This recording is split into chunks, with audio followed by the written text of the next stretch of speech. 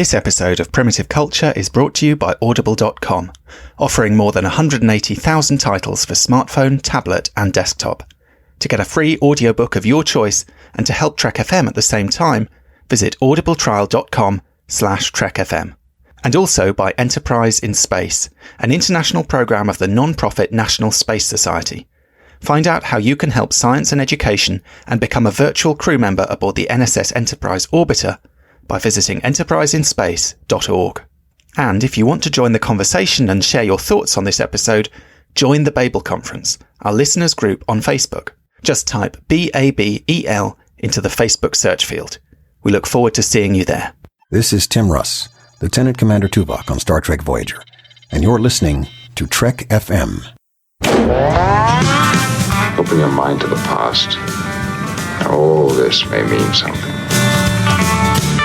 I've been coerced into watching tonight's movie. You do have books in the 24th century. It's a primitive culture. I'm just trying to blend in. Some people think the future means the end of history. We haven't run out of history quite yet.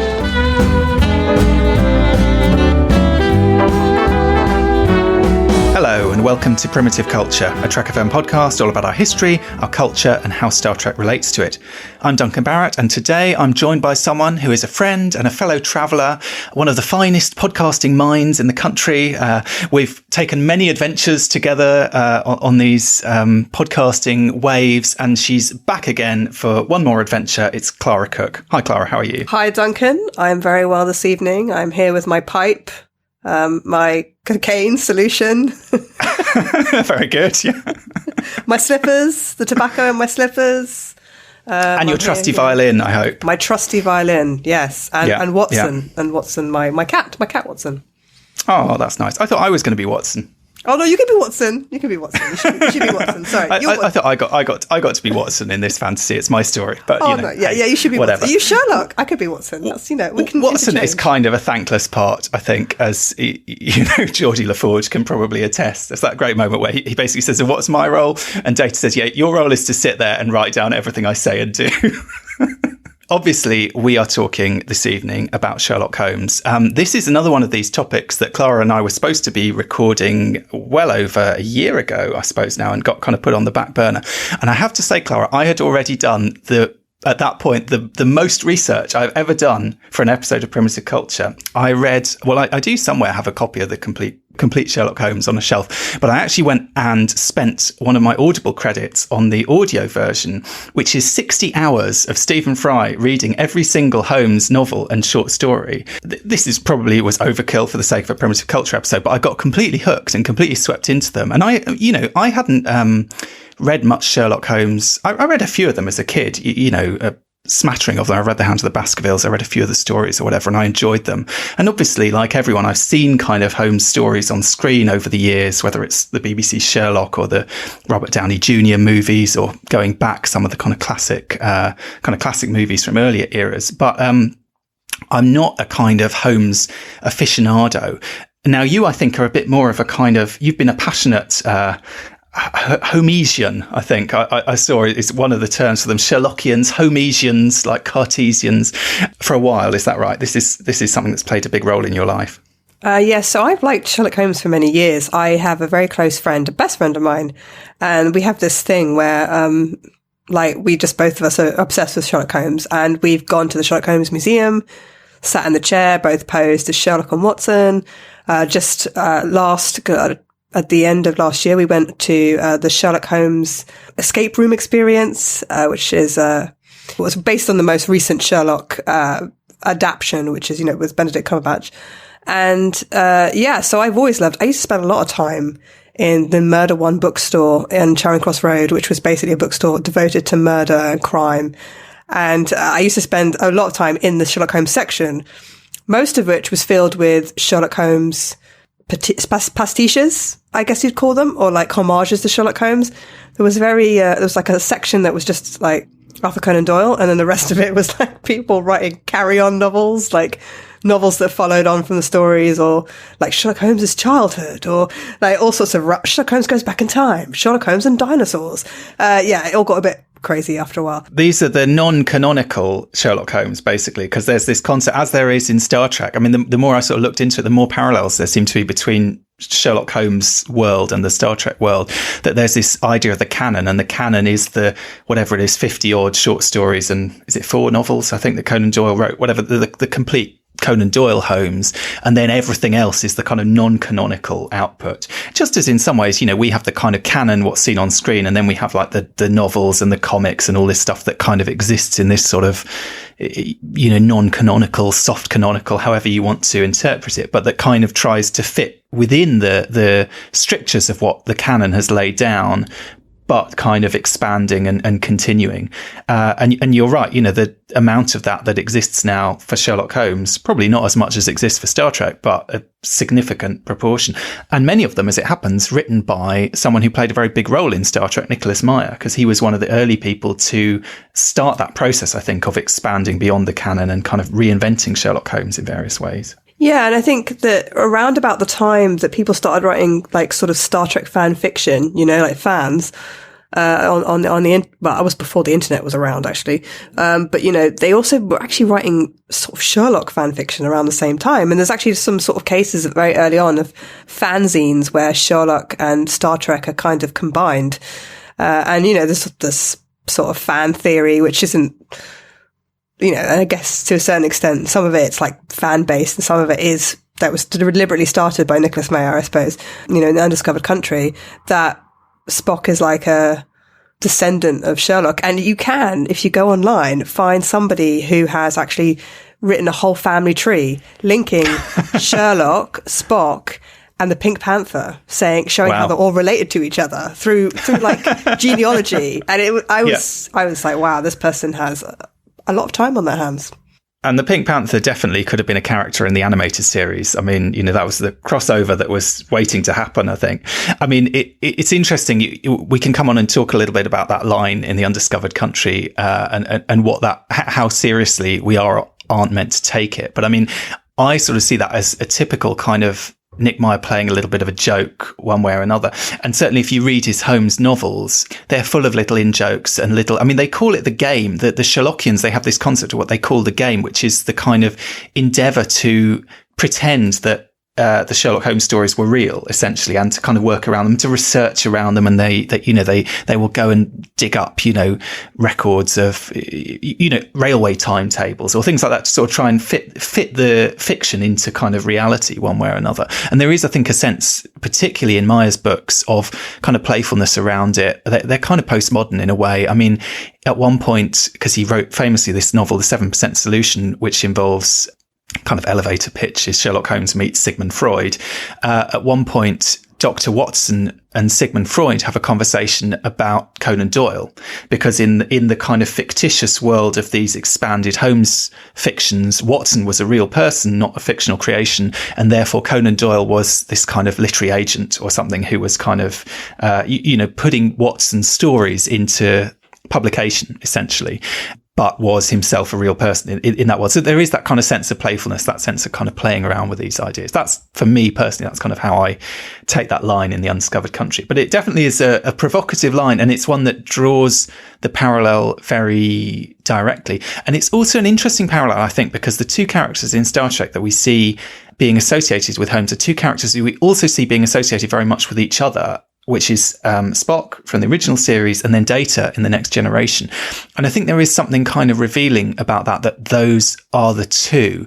Now, with Spock, it's just that kind of throwaway line, and then something about the way that kind of Undiscovered Country plays out, and maybe there's some more kind of subtextual stuff. I mean, with Data, you mentioned going to the escape room, which is a kind of, you know, ultimate fan activity, I guess, kind of getting to play along as Sherlock Holmes, Dr. Watson or whatever. Of course, that's exactly what we see Data doing. Data is not only someone who's a bit like Sherlock Holmes, he's also a kind of Sherlock Holmes super fan. He's a Sherlockian. He's a Holmesian. He's you know, a signed up member of the Sherlock Holmes Appreciation Society or whatever.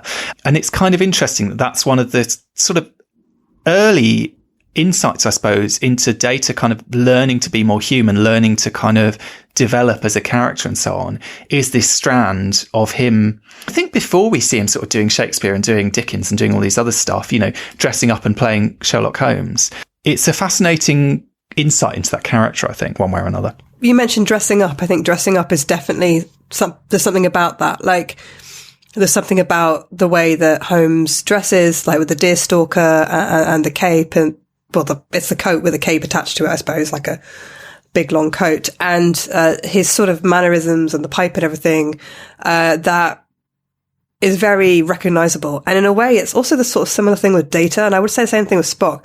If you go to a convention, you will see probably more people dressed up as Data than almost any other character. And I would say, or at the same time, also a lot of people dressed up as Spock as well. So Spock and Data are two characters that you see people dress up a lot as well.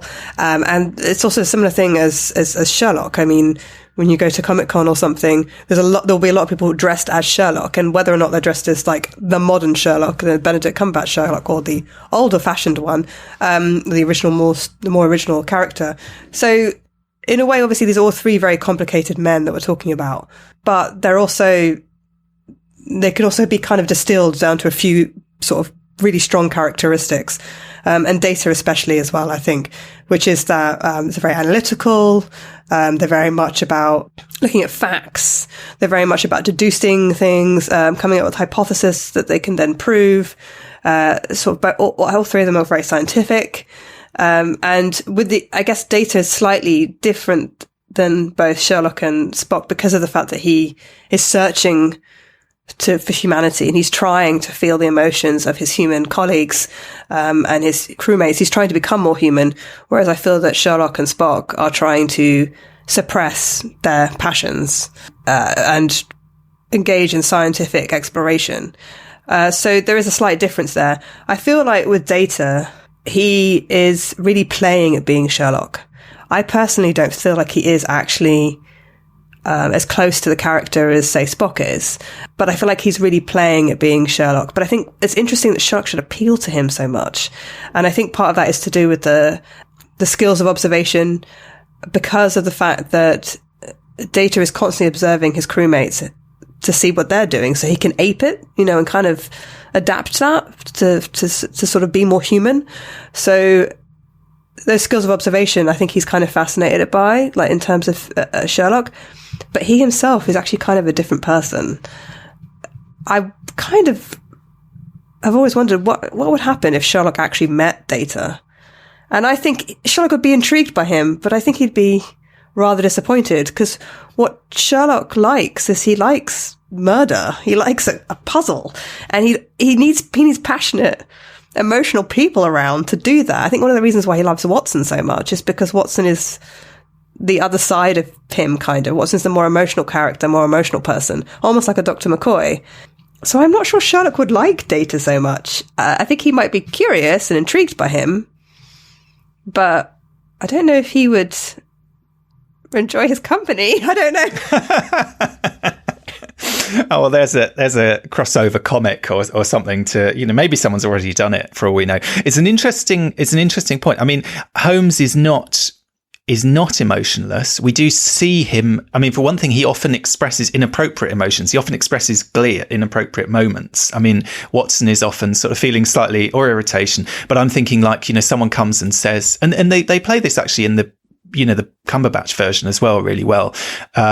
Someone comes and tells him about some terrible thing that's happened to them, and he can't quite suppress his excitement if it's an interesting puzzle at it. And Watson is kind of almost trying to sort of smooth it over. There is something, almost sort of, I suppose you might say, sociopathic, or he's kind of inappropriate with his emotions, but he does generally seem very analytical, very kind of cool. I mean, Data is absolutely fixated on this character. He becomes obsessed very quickly, because it's not in Elementary, My Dear Data. The first episode, I think, where Sherlock Holmes comes up is Lonely Among Us, and it only takes a kind of almost a sort of passing reference from someone. I think it's maybe Riker, someone else who sort of mentions Sherlock Holmes to him, and he obviously goes away, in between scenes, and presumably reads all of Arthur Conan Doyle's stories in 30 seconds or something, and then comes back, and in the next scene where there's some, supposedly serious mystery going on the ship, Data's there with a pipe, kind of already doing his awful kind of Sherlock Holmes impersonation, which Brent Spiner's obviously having a great time with, which in itself, I suppose, is kind of inappropriate that he's like, they're trying to talk to him. It's quite funny the way that scene is shot, because you see, I think it's Riker and Yar having a serious conversation, then it cuts across to Data and he's there with this pipe, sort of basically being slightly ridiculous. But so he absolutely falls for Holmes. And I don't know if this is Brent Spiner or this is Data, but one of the things he seems to love about Holmes is this slightly kind of OTT quality. He puts on this slightly ridiculous voice. He puts on this kind of persona.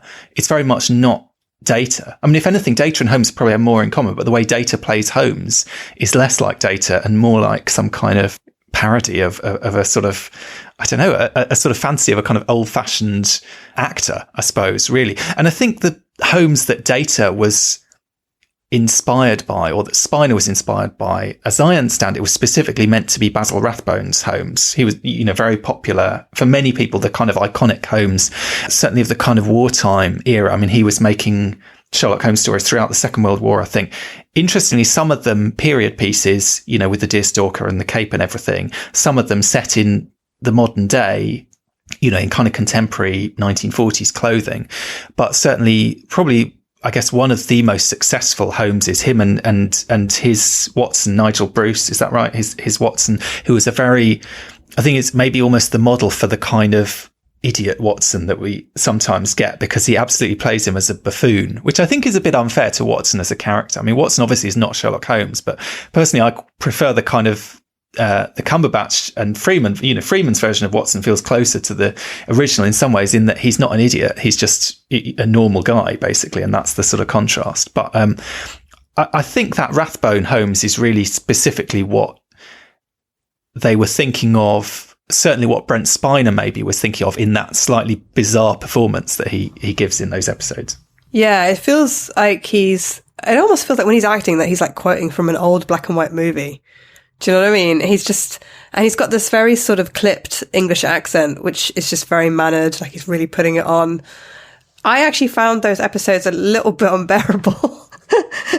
I mean, don't get me wrong. I thought they were funny. They were kind of enjoyable. There was one line from one of those first episodes, actually, Elementary Dear Data, where I think it's Pulaski says, crammed full of crumpets. I just felt that was a very funny thing for her to say. I think it's just the way she says it. They keep going on about the crumpets. It's like we're in Victorian England. We're going to talk about crumpets, and not just once. We're going to keep going back to crumpets. Yeah. And I think it's this idea of like what English people are like. I mean, it's very like. I did think though one of the great things about those episodes was Moriarty, but there's a real clash there between Data and Moriarty, because Data feels like this very sort of artificial Sherlock, really like play acting, kind of larger than Sherlock would be, like in terms of the way he's acting and the things that he's saying. And then Moriarty appears very much like Moriarty, like I thought he was quite a good Moriarty, and he's much more understated, and he does appear kind of threatening. And it's telling that when Picard comes on the scene, that the real foil for Moriarty is Picard, it's not Data. And that Picard is actually the adversary for Moriarty. And that would kind of imply that Picard's a bit more like Holmes in these episodes or this particular episode.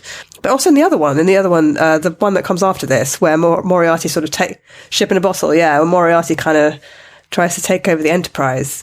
Picard is really his threat, not Data so much. Well, it is Picard and Data who kind of solve the mystery together, in that Data is the one who works out what's going on in that episode. He works out that they've never left the holodeck.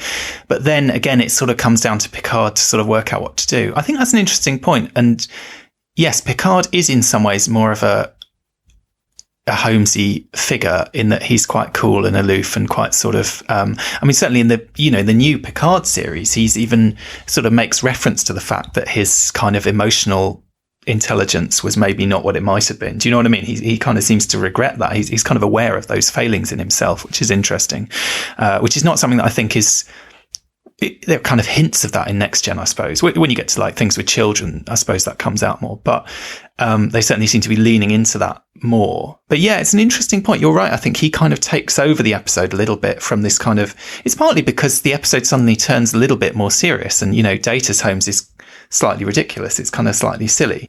On the other hand, I do think it's fun. I do think there are obvious parallels between Data and Holmes. I mean, Holmes is described repeatedly by Conan Doyle as, in one story, he's called a calculating machine. He's described as being kind of, inhuman in various ways, as cold-blooded, as lacking something, a machine rather than a man, he's called in another episode, in another story. I mean, there is this kind of sense that other people sometimes see Holmes as kind of almost robotic. Do you know what I mean? As lacking kind of human feelings, insofar as he lacks kind of normal human reactions to some extent. I mean, with the Cumberbatch version, it's much more played as, maybe he's autistic or he has some kind of, do you know what I mean? It's played as a kind of, in terms that we might kind of understand more as a sort of, not being neurotypical, for want of a better word, which I think lines up fairly well with what Conan Doyle actually is writing. But definitely it sort of makes sense to cast Data in this role, I suppose. But it's interesting what you were saying about, how Sherlock would feel about Data, because of course that's the point that Pulaski makes in that episode, is she says basically Data is just a machine and Holmes was not just a machine. Holmes understood evil. That's what she says, is Holmes could kind of see into the heart of evil, essentially. That he was a psychologist as much as he was a scientist, and a kind of, we think of him in terms of this idea of deduction, and kind of these impossible feats of, sort of almost technical brilliance that he you walk into the room and he will tell you your whole kind of life story and what you've had for breakfast and everything based on tiny clues that he's kind of picked up. But there's an element also of the kind of psychological. He has to understand why people might do things that they do, and that Data maybe lacks that. That certainly is Pulaski's belief, is that Data will never quite get that side of it. And it's interesting, the other episode for Data that has a little bit of a kind of Holmes element is Data's Day, where again Data is kind of involved in there's a mystery, there's this ambassador that has disappeared, and is she alive, is she dead, what's going on, and Data's kind of investigating. And he says in his letter to Maddox, he quotes this line from Holmes, which is, I'm going to paraphrase it because I don't know which is the correct version. I think there's many different versions, but basically, if you eliminate the impossible, whatever remains, however improbable, must be the truth. So again, there's this kind of parallel drawn between Data and Holmes. But again, that whole episode is all about how Data doesn't understand what other people are thinking, or doesn't understand other people's emotions. He doesn't understand why Keiko's called off the wedding. He doesn't understand why O'Brien is angry when he tells him he should be pleased that Keiko's called off the wedding. He basically relentlessly misunderstands everyone's emotions throughout the entire episode, which is clearly a limitation if you're an investigator one way or another and you're trying to understand people. And it's another reason, I suppose, why the Meyer novel where Holmes meets Freud is such a clever idea, because Freud is, I think in that novel, he sort of says, Holmes says to him, you're the ultimate detective. Basically, you're the detective who can get inside our minds and understand exactly what's going on inside our minds. And that really is a key element of what Holmes is doing, as much as the kind of scientific side is. Yeah, I don't think that Holmes doesn't understand people. I think he understands people very well, too well, perhaps, maybe. That's why he's, kind of able to predict what they're going to do, or why they have done what they've done. I also think I wouldn't say he doesn't feel for people either.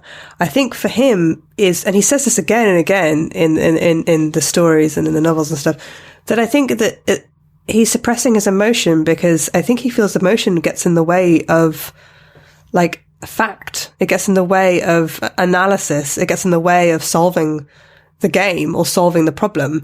And so he's trying to look at everything as rationally and objectively as possible in order to solve the problem. And I think there must be some aspect to his personality that actually, like, enjoys compartmentalizing his emotions so that he can focus his entire, like, brilliant intellect on looking for that one clue, or trying to figure out this one problem.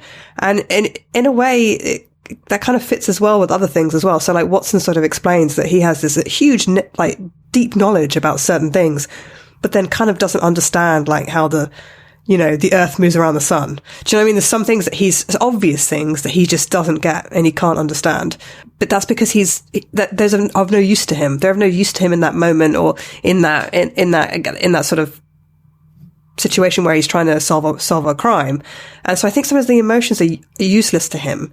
So I think going into a room where there's this dead body lying there, and everybody's so upset, his anxiety or fear or sorrow about this dead person would hinder him in solving the crime, and also is useless to him in this situation. So he either compartmentalizes it or he suppresses it to the point where he doesn't feel it. Because there are times where he does get very upset about something. Like, I'm thinking of, I think it's the 4 orange pips, one of those ones. I think it's 5 orange pips. I think there are 5, yeah. I say 4, but it's the sign of 4. It's the sign of 4. Yeah. The 5 orange pips. Sign of 4, 5 orange pips. 5 orange pips. I think it's the 5 orange pips. He and fails. The 7% solution. And the 7% solution. And the dancing man. So I don't know what we get for 6. Or but I think it's in that story that he fails to save somebody. And he gets very, very angry and very upset about it. And I don't think much justice is done to Watson in some of these portrayals. I don't think Watson is the stupid little bumbling guy that goes along with Sherlock. Watson's essential for Sherlock. He's kind of there because Sherlock needs to reconnect with the human world after he's done all of this, and Watson helps him do that. And Watson's kind of like his bridge to the rest of humanity, because otherwise I think Sherlock would be a bit of a loner, by himself. And he's kind of a melancholic character. I think that if anything, he's probably kind of a depressive. I mean, as soon as he doesn't have something to occupy his mind, he turns to drugs and playing the violin mournfully. Do you know what I mean? So I don't feel like he's an individual who, I don't know about the most recent Sherlock portrayal, Benedict Cumberbatch. He's also portraying someone who's emotional too. I don't feel he's somebody who doesn't care about other people. Maybe he does have some sort of alternative way of seeing the world, like a neurodiverse way of seeing the world that's different to other people. And maybe he's on a spectrum somewhere. I think people often think he's this character who doesn't feel things. And I guess in a way, sometimes I think people mistake Spock for being like that too. And the only thing about Data is like that because of his programming, and the technology of his body. But not forever, because he gets the emotion chip. Well, there you go. And sadly, we never see him playing Sherlock Holmes after that. Maybe he'd be much better at it. Who knows?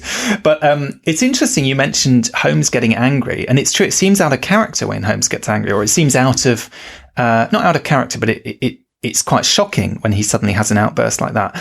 Actually, Spock in the Undiscovered Country gets very angry with Valeris. When that whole thing comes out, there's that point where he kind of sort of throws her arm aside, I think, doesn't he? There's kind of genuine anger. He snaps at her, exactly. Yeah. And it's not just kind of, he's got to get the weapon out of the way. You can see he's really, really pissed off at that point. So his kind of emotional control has sort of slipped. But typically, yes, of course, we know as a Vulcan, his goal, it's not that he doesn't have emotions. His goal is to suppress them. And you're right. I think that's exactly what is going on with Holmes. There was a line I wrote down from one of the, I think from A Scandal in Bohemia. Watson says all emotions were abhorrent to his mind. So that's the kind of idea that they're going to get in the way, I suppose. And I don't know if it's in the same story or in another one, he describes emotion as being like a crack in a scientific instrument, that Holmes is almost like a kind of microscope himself, who can kind of see into the intricacies of the world. And if he gets emotional, then he will get kind of distracted from it. He kind of won't be able to do it. So there's this weird sort of ambiguity, I suppose. On the one hand, Holmes seems to think that to be the perfect detective, he needs to be as rational and scientific and as unemotional as possible, as maybe Spock does. And yet someone else like Pulaski might be coming at it and saying, well, actually, Holmes needs his kind of emotional, he needs to understand people. Maybe Spock is the perfect Holmes because he's half human and half Vulcan. He's kind of got both those sides. And there is that kind of weird sense of this character. Like you say, Holmes is nothing without Watson. When Watson's not there and when there's not a case that they're working on, he gets depressed. He takes loads of drugs. In Nicholas Meyer's novel, he's on the point where they think he's effectively going to kill himself because he's become such a terrible drug addict. He doesn't really function without Watson. They're almost two sides of the same coin. And there's this sort of interesting question you've got with these stories, because there's all this kind of duplication of who is sort of representing who. So you've got Watson, who is notionally telling these stories. And I think this is one of the things that made them so successful, is their kind of faux reality that is there by the fact that the narrator is also a participant in the stories. But you've also got Dr. Watson in that role. You've got Conan Doyle, who himself was a doctor, who is sort of Watson almost seems to be a sort of version of him. But you've also got, interestingly, the character Sherlock Holmes, I think, is partly modelled on another doctor who Doyle studied under at Edinburgh University. And I think it's the first collection of Sherlock stories is dedicated to this doctor, who was called Dr. Joseph Bell, who practiced exactly this kind of diagnostic technique of, telling you things about a patient that you wouldn't expect to be able to know, just like Sherlock Holmes does. So there's this weird kind of sense of these characters sort of splitting and combining and, and sort of who plays what role. And one of the things in Nick Meyer's novel, when you've got Sigmund Freud, is then you've almost got two Dr. Watsons, because like you've got Sherlock Holmes and then you've got his kind of a doctor who's hanging around with him. Then you've got another doctor who's hanging around with him. Then but you've sort of always got that on one level, because you've always got Conan Doyle who's hanging around with both of them. I don't know. There's this kind of weird sense of these sort of split elements of a personality somehow. And Spock, of course, embodies that better than anyone in a way, because we know his personality, as he's always telling us, is of two parts. But equally with Star Trek, you've got the same thing again with Kirk and Spock. You've got that relationship, or McCoy and Spock. You've got these kind of yin and yang qualities, very much in that kind of Holmes and Watson mould. Well, also you could argue that Gene Roddenberry, the creator of Star Trek, actually was sort of combining different parts of his personality into Kirk, Spock and McCoy. And you could argue the same thing about Arthur Conan Doyle. He was kind of maybe possibly putting different parts of himself into both Watson and Sherlock. I think with all these male characters, I think what you're finding is sometimes it's a duo, sometimes it's, three. What you're finding is you're finding different sides to, I would say, a male personality. So, I guess Kirk is kind of like the impulsive, brave heart of the man, and Spock is the kind of cool, calm, collected, rational side of the man. And then, McCoy is the sort of empathic, sort of tender, loving side of the person. And you can kind of see that a little bit in Sherlock and Watson. I mean, Sherlock is like the intellect, and Watson, I'm not saying Watson isn't smart. Watson's very smart. And if you ever read Hound of the Baskervilles, the majority of the story, it's actually Watson who's doing stuff, and Sherlock takes a back seat later and comes in later. But Watson is I think supposed to be more of the kind of emotional, empathic, sort of tender side to the duo. And then Sherlock's the more of the intellect, and maybe Watson's more of the feeling. And I mean, that's kind of like two sides of a male personality, isn't it? Like the sort of rational, intelligent side, and then the sort of feeling, emotional side. And they're often in conflict with each other. So I guess that's kind of why these characters are sometimes in conflict with each other too. I think Watson sometimes doesn't understand Sherlock's reactions to things.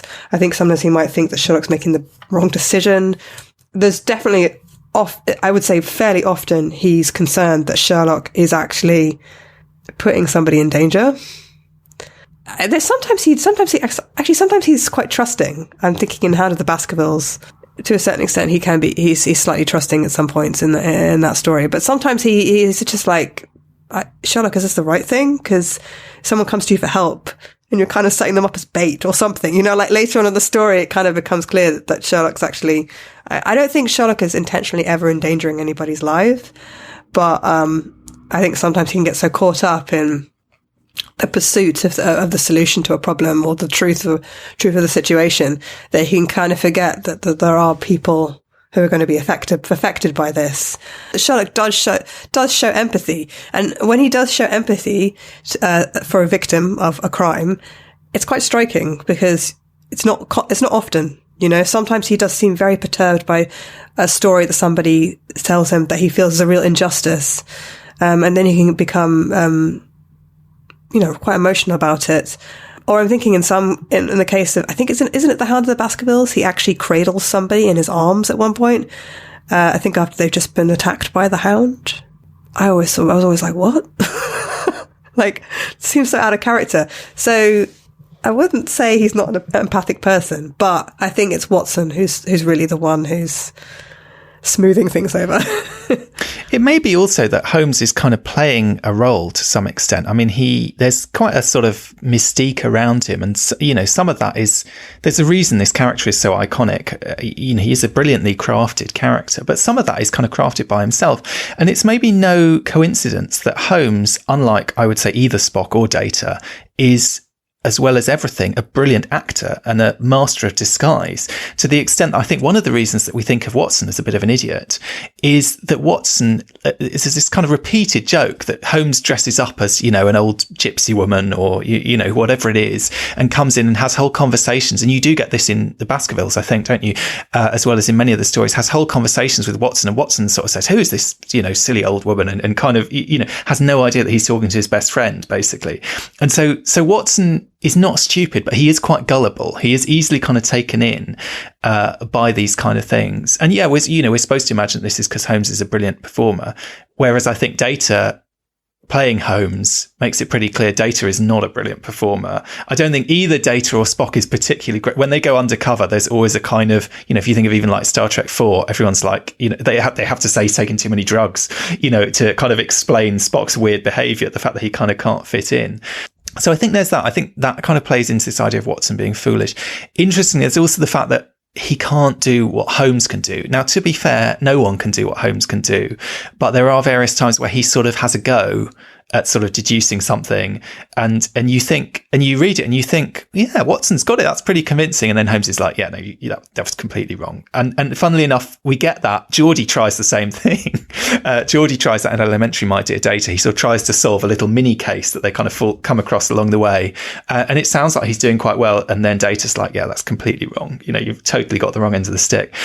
So I suppose there are these little things that slightly chip away at Watson.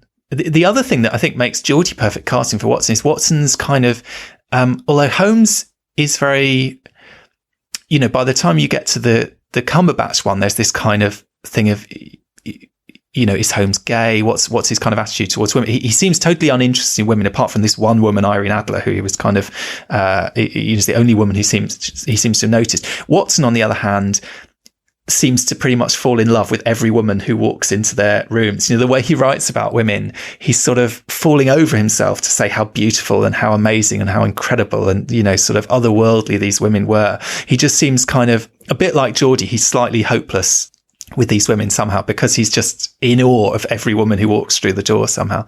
So I suppose, there are elements in the original stories of Watson as being a slightly comic character, but I think they're quite subtle, and he does have a lot to offer. And he's not a kind of bumbling idiot. He is someone that he's very loyal. He's got many good qualities. There's a reason that Holmes trusts him and values him and appreciates him. And it's not just the fact that, as Data says to Geordie, your job is to sit there and write about how brilliant I am. Although obviously that's sort of an element of it. But I think, Watson has something, he does have something to offer. He is kind of an important character in his own right. I mean, whether, I don't know. I mean, Geordie's Watson and Data's Holmes, whether you kind of quite get a sense of that. You kind of get, Geordie's just there to support his friend, if you know what I mean. He's not even particularly familiar with these stories himself, and he's kind of just going along with it. But I mean, ultimately, as you say, both of them kind of have to step aside because it becomes this story about Moriarty and Picard. And that, I suppose, is where that episode, I think, really becomes more interesting. And it's noticeable that when they do come back after this lengthy break, because there was this famous legal problem and they realised they shouldn't have used these characters because the Conan Doyle estate was going to sue them or bill them or whatever. When they finally came back and were allowed to bring these characters back, we don't see Data dressing up again, or we do very briefly see Data dressing up again, but the episode is not a kind of another holodeck period costume romp with Data as Holmes. It's actually an episode all about Moriarty and Picard dealing with Moriarty and that kind of dynamic again. And I think it's very interesting what Next Gen does with Moriarty as this character who becomes very significant for Star Trek because, the Doctor in Voyager was originally in some of the early notes for Voyager described as a Moriarty character, as the Moriarty Doctor, because that was the idea. And again, with Vic Fontaine, this idea of these kind of holograms with this quite serious sort of existential element of the hologram. It knows it's a hologram.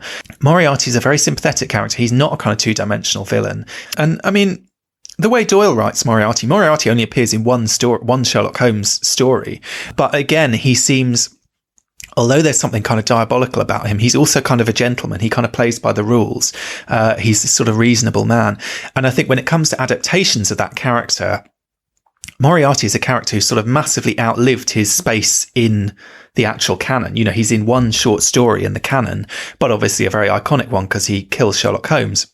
But in kind of subsequent versions of the story, he becomes this kind of major recurring character and the kind of arch villain and the nemesis and so on, to the extent that, you know, the BBC, the Cumberbatch Sherlock, they're always trying to bring Moriarty back, even though they've killed him off, and they have to keep finding ways to keep him involved because it feels like it's not that story if that villain is not kind of coming back. He, and to some extent, Irene Adler, you get that a little bit with some of the modern versions, but Moriarty is the character who is kind of ripped out of the canon and given this much bigger role, almost as if the Adventures of Sherlock Holmes was a battle of wits between these two men, which is very much, you know, not the case in the original stories. Well, no, there's lots of other villains in the original stories.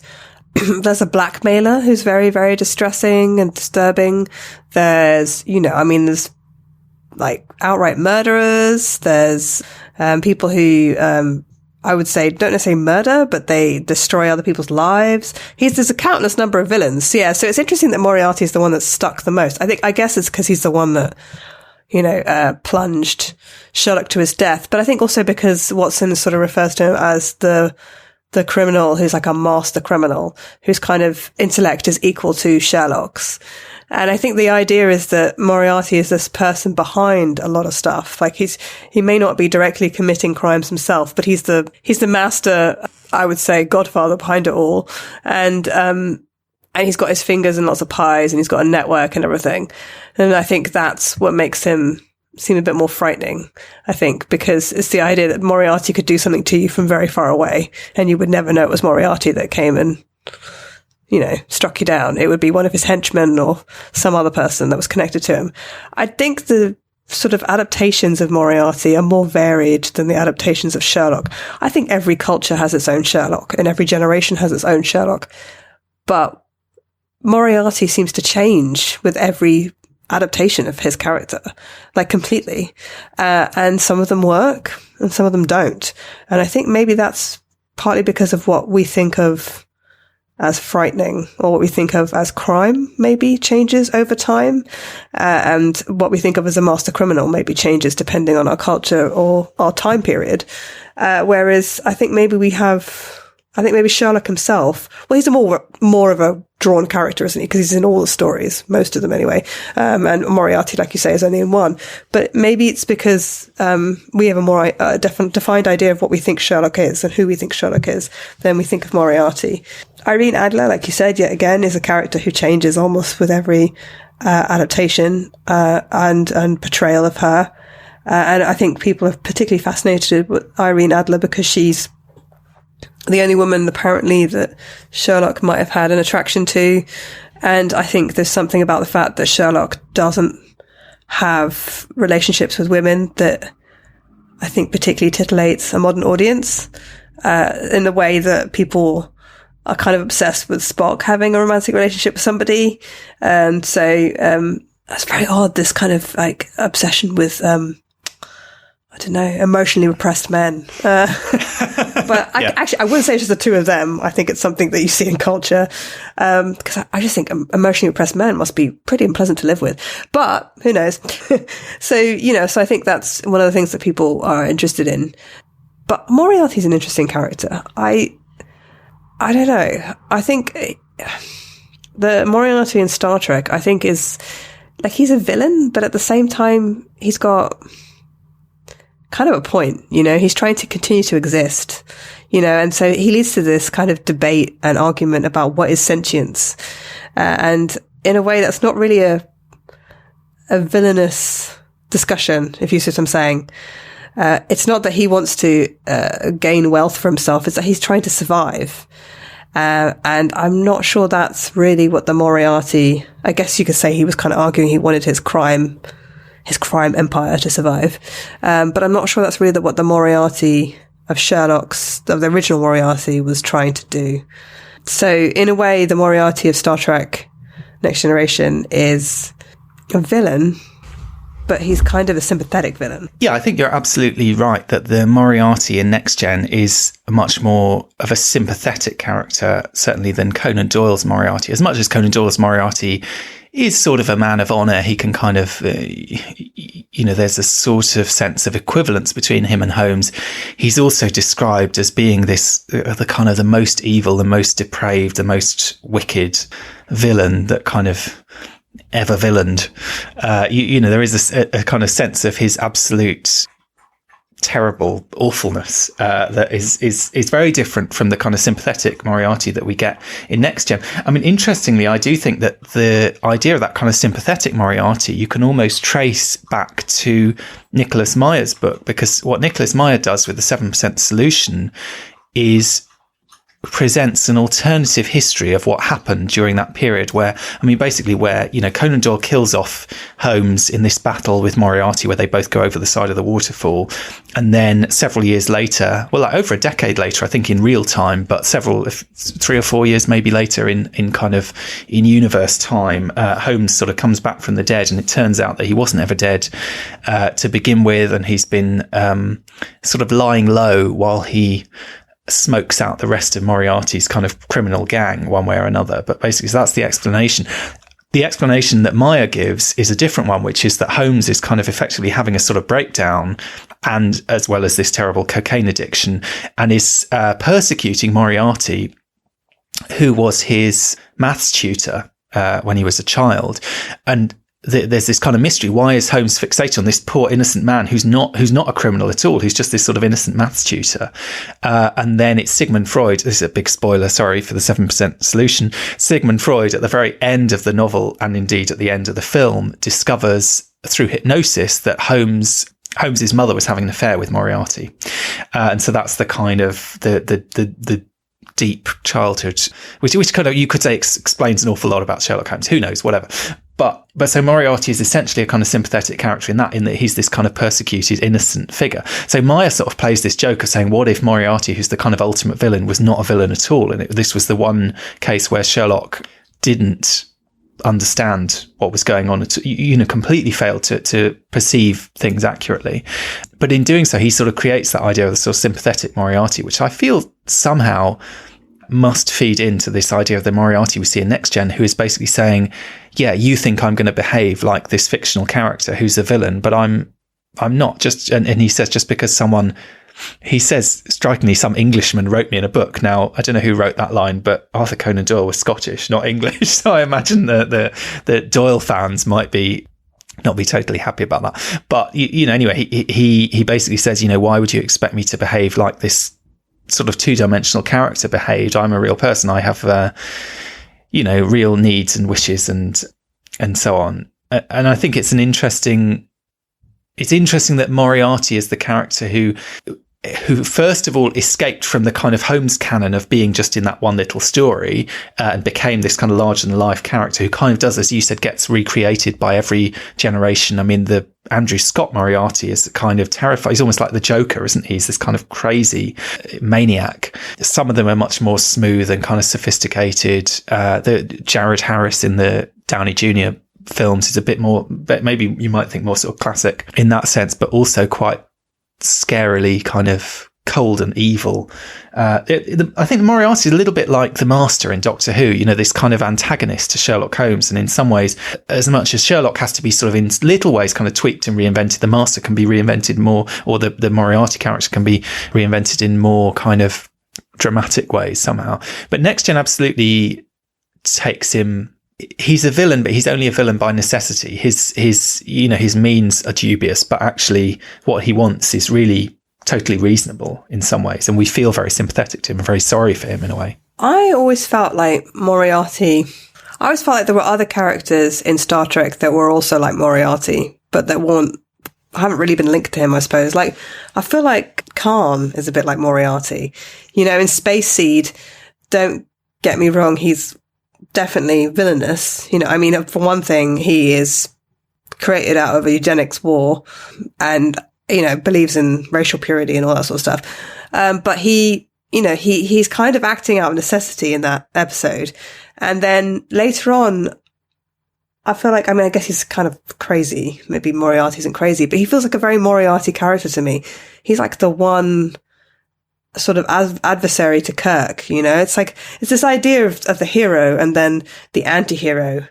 Or maybe not the hero and the villain, the nemesis. That's what I'm looking for. Actually, that's the word I'm looking for. Funny enough, Star Trek nemesis. No, that's the word I'm looking for. It's not the anti-hero. It's like the complete sort of opposite of the hero, but yet they're also kind of similar. I don't know. I always have a problem when adaptations of Sherlock pull Moriarty out of the hat too early. And I feel like he's the big guns. I feel like they should bring him in like later on. I feel like they should let Sherlock solve some crimes first, you know, to defeat other villains, and then later on discover that Moriarty is behind a lot of the things that he's been battling against or whatever. But I feel like they bring Moriarty out so quickly that he almost becomes cartoonish. It's like, here's Sherlock, so there must be Moriarty around the corner, you know, like a pair almost. And so in the Next Generation episodes, I was quite glad they did something slightly different with Moriarty, because when I was watching the first, you know, Elementary, My Dear Data, and then, you know, Moriarty sort of pops up, I was like, oh man, it wasn't even like 20 minutes into the episode and already we have Moriarty, you know. And I kind of felt the same way about the new adaptation, the Sherlock BBC adaptation. I felt like Moriarty was brought in way too early, you know, and subsequent seasons after that have suffered because they've never been able to come back from that. They should have brought him in, like, I guess they didn't know how many seasons they were going to have, but they should have brought him in, like, in season 4 or something, you know? There should have been this build-up to meeting Moriarty, because we all know he exists. We all know he's the main nemesis, you know, to Sherlock. So we're waiting for him. So make us wait longer, give us some anticipation. But I felt like with TNG, they did it quite well, because they brought him in early, but they had a twist on it, which is that, you know, he's actually fighting for survival, for his own survival as a sentient hologram. But when I first saw him, I thought, oh, they've done that typical thing that people like adapting Sherlock Holmes do, which is that they bring him in almost immediately, because he's not the first villain that, you know, you encounter when you're reading the Sherlock Holmes stories. There's lots of other characters before that, like chronologically, by the time you get to him. And I feel like, you know, some of the recent adaptations of him, like you said, are better than others, but they are all quite nightmarish. You know, he's actually quite scary. And when I read the Final Problem, isn't it? I think it's called, with the story that he's in. I don't remember finding him nightmarish. I mean, I think I was more frightened by, you know, like, the Speckled Band, you know, the story, or the Hound of the Baskervilles, and the bogs out on the moor, and sort of more elemental kind of aspects of the stories than actual individuals. But more recent Moriartys are actually quite villainous and horrible. It's funny you mentioned the Speckled Band. Actually, that takes me back. That is one that I do remember reading as a child and being like really scared and horrified by, because I think the Holmes stories, they can be like quite sort of tidy little mysteries, and sometimes though they go quite dark, and it is the ones where there's something, I mean, interestingly, you know, talking about Freud, where there's something kind of uncanny, or there's something kind of dark and mysterious, or like the Hound of the Baskervilles, there's this kind of, a lot of the stories, there's this kind of occult element or this kind of magical element that it always is ultimately resolved in a kind of rational way, very much like Star Trek, to be honest. I mean, mostly in Star Trek, that is the kind of outcome, is there's a kind of rational scientific explanation for everything. But along the way, there's sort of appears to be something otherworldly, appears to be something freakish going on. Definitely that's the case with the Hound of the Baskervilles. I mean, the Speckled Band, it's more just this kind of horror of, this is a spoiler for the Speckled Band, but you could say Elementary, My Dear Data spoils it slightly, because you have that scene where the snake falls off the bell pull outside the house that's marked with the Red-Headed League, in this kind of Holmes pastiche. But the story of the Speckled Band is this woman who's died in her room, and it's her. Is he a stepfather? I think he must be a stepfather who's killed her. And the ingenious way that he's killed her is by letting a snake through a speckled viper through a ventilation shaft that then climbs down the bell pull, which kind of drapes down onto her bed, and it climbs into bed with her and then stings her. And then her sister moves into the room and is intended to kind of be the next target. Unfortunately, Sherlock Holmes gets her to vacate the room, and he and Watson stay up in the dark and sit there sort of for hours in the dark, not knowing what's going on, until they are sort of aware that something has come into the room, but they can't quite. Watson never sees the snake. I mean, interestingly, Holmes sees it and is kind of beating it away, and then it disappears. But there's this real kind of horror of the kind of the unknown, of the that they know that something terrible is happening in that room because someone's died there in these very strange, mysterious circumstances. But only Holmes, you see, that's the thing, only Holmes knows. I mean, Holmes always knows fairly early on what the answer is, but he doesn't reveal it until the end. And there's that weird sense that he makes himself part of the mystery. Holmes is the enigma himself, because he doesn't tell Watson what he's thinking until he's proved it all and found all the evidence and gathered everything together. And then he does this kind of great coup de théâtre at the end. And for any one of these kind of detectives that follows, who kind of gathers everyone together for this big speech at the end where they kind of explain everything. And in some ways, that's something that I think Spock sometimes does. I mean, I was quite struck watching The Devil in the Dark. Spock realizes clearly quite early on in The Devil in the Dark that those round objects are actually eggs, or he has a very strong suspicion that they're eggs, to the extent that he says something and Kirk asks him to speculate, and he says, because McCoy's already had a laugh at him for thinking that a silicon-based creature is possible, he basically says, I'll decline to speculate because I don't want to be mocked by Dr. McCoy.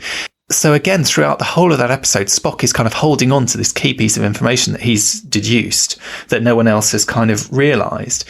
And I think that is a big part of the kind of Holmes-Watson dynamic and of the way that these stories work, is that Sherlock is always so many steps ahead of everyone else.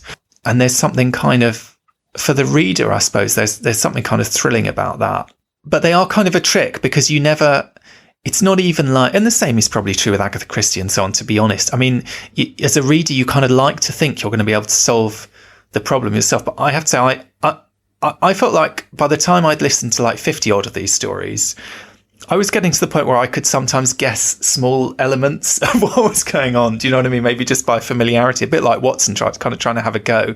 But there's still always so much more going on that Sherlock Holmes has picked up on that, you know, no one else could possibly, and they couldn't, because it's impossible and it's a kind of contrivance of the fiction. But that's kind of part of what is so amazing about it. He is, like, as Watson says to him in one story, you know, a few hundred years ago, you'd have been burnt as a witch, basically, because your powers of kind of understanding narrative, I suppose that's what it is. He kind of almost has access to the stuff that only the author should know, you know, writing a mystery. I feel that they also have a flair for the dramatic. So even though they're both suppressing their emotions and they're trying to appear cool and calm and collected, I think they do like having information that other people don't know. I think they like knowing something before other people. I think they like having, maybe sometimes kind of holding that information over other people.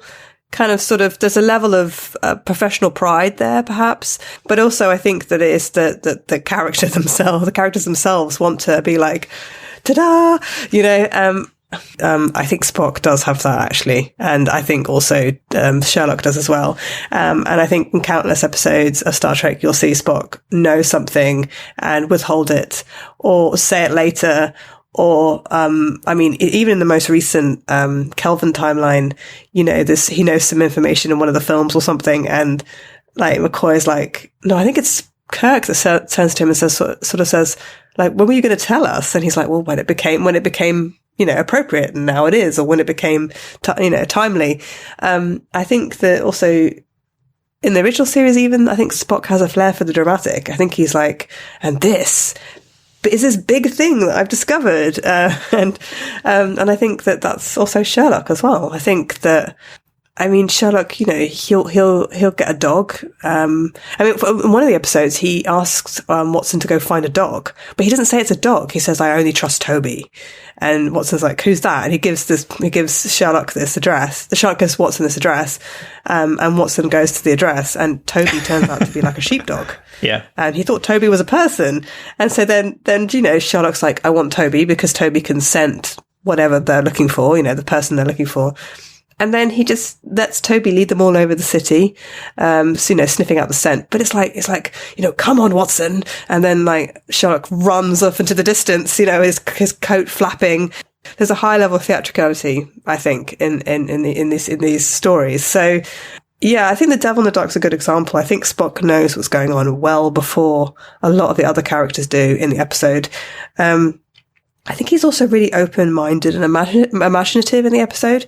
Like the fact that he can sort of look beyond it is that kind of that quote, isn't it? Like whatever remains, how impossible it is how improbable it is. I mean, is actually the case. Like he's kind of able to sort of look beyond the thinking outside the norms, box, isn't it? I suppose, yeah, and see. Thinking outside the box. And Sherlock does that a lot as well. It's their imagination that allows them to see beyond. And it's partly that kind of confidence that the puzzle can be solved. I mean, I think you see that absolutely in the Undiscovered Country, because the Undiscovered Country, aside from having this line where Spock claims that his ancestor said this line, which is famous Sherlock Holmes line, and therefore inspires all these kind of bizarre theories of, is Sherlock related to, is Sherlock a real person as far as Spock is concerned, or is it actually Arthur Conan Doyle that was his ancestor and that's who he's related to, which would be another way of kind of glossing it. There's this kind of sense that you often get in the Sherlock stories of information contradicting other information, and something must be wrong. And it seems like it's impossible to resolve that mystery. And everyone else is sort of saying, what are we supposed to do? Scotty's kind of throwing his hands up in the air. Everyone else is sort of saying, this doesn't make any sense. We don't know how to deal with it. And Spock is the one who sort of basically says, well, we're going to work it out. We're going to treat it quite rationally. We're going to solve this problem. There is a solution to this problem that is going to make sense. It's going to make rational sense, and we're going to get to the bottom of it. And so he begins this sort of quite methodical investigation. But he also characteristically, what I was saying about Spock or Holmes withholding information, he puts that tracker on Kirk and he won't tell anyone what he's up to, even, in the Undiscovered Country. And someone asks him, because he makes this comment about knowing precisely where Kirk is. And someone says, how do you, I think Valeris probably says him. I mean, maybe he's got a good reason not to, trust anyone if he thinks there's a kind of, sort of spies on board or whatever. But he basically declines to share the information that he has, even at the beginning of that investigation, going right the way through it. The interesting thing about Undiscovered Country, though, is it's not Spock who works out that it might be Valeris, it's Kirk, because there's that scene where Kirk comes back on board and he sort of says to Spock, have you got a minute? And they go off and they have this kind of whispered conversation in the background that we can't quite hear. And that seems to be the point where it's come from. And it sort of makes you think, what does Kirk know that Spock doesn't? Is this kind of Kirk's intuition coming into play? Is this a kind of limitation of Spock? Or is it just because, and then we find out that it's because Kirk has actually pieced together something that we as viewers of the film probably haven't, or certainly when I first watched that film, I hadn't clocked, which is that Valeris is where did that recording come from? And Valeris was the one who provided the recording, or at least could have been. So there's that kind of sense. There's the weird sense that Spock goes through all the motions of being Sherlock Holmes, and then it's actually Kirk who comes back on board and says, I need to let you know about this, and have you considered this? And Spock says something like, yes, it's possible, isn't it? And it's almost like he'd ruled it out up until that point. He'd ruled out that possibility. Maybe that's why he's so angry about it. I think you're supposed to think that sort of Spock has a bit of a blind spot when it comes to Valeris, maybe because of the fact that she's his protege. But also, I guess narratively it makes sense because you have to link what Kirk says about his son back to the trial and also to his changing attitudes to the Klingons. But also, Kirk is one of the main characters. Kirk's the main hero of Star Trek, the original series. I guess you could argue he was supposed to be before Spock's popularity kind of took over that. But so I think they have to give Kirk the honor of solving the mystery. Although I don't actually feel like that's quite. I think I've always thought that doesn't really make much sense to me. I understand he had this piece of information that Spock didn't have, but I personally feel they kind of did that so they could give Kirk the honor of solving the mystery rather than it making a huge amount of sense. There's an interesting moment in the film where before he puts the tracker on Kirk, he wants to go aboard the Klingon ship with Kirk, and Kirk says no. And he says, you may be right, and then puts the tracker on Kirk. And that's exactly what he says right before he goes into the radiation engine chamber in the Wrath of Khan. I think before Spock does something that perhaps maybe other people don't agree with, he goes, you may be right. I mean, he doesn't always do it, but sometimes it's like he's faking agreeing. He's faking sort of agreement before he goes and does something completely different. And I sometimes feel like Sherlock does that too.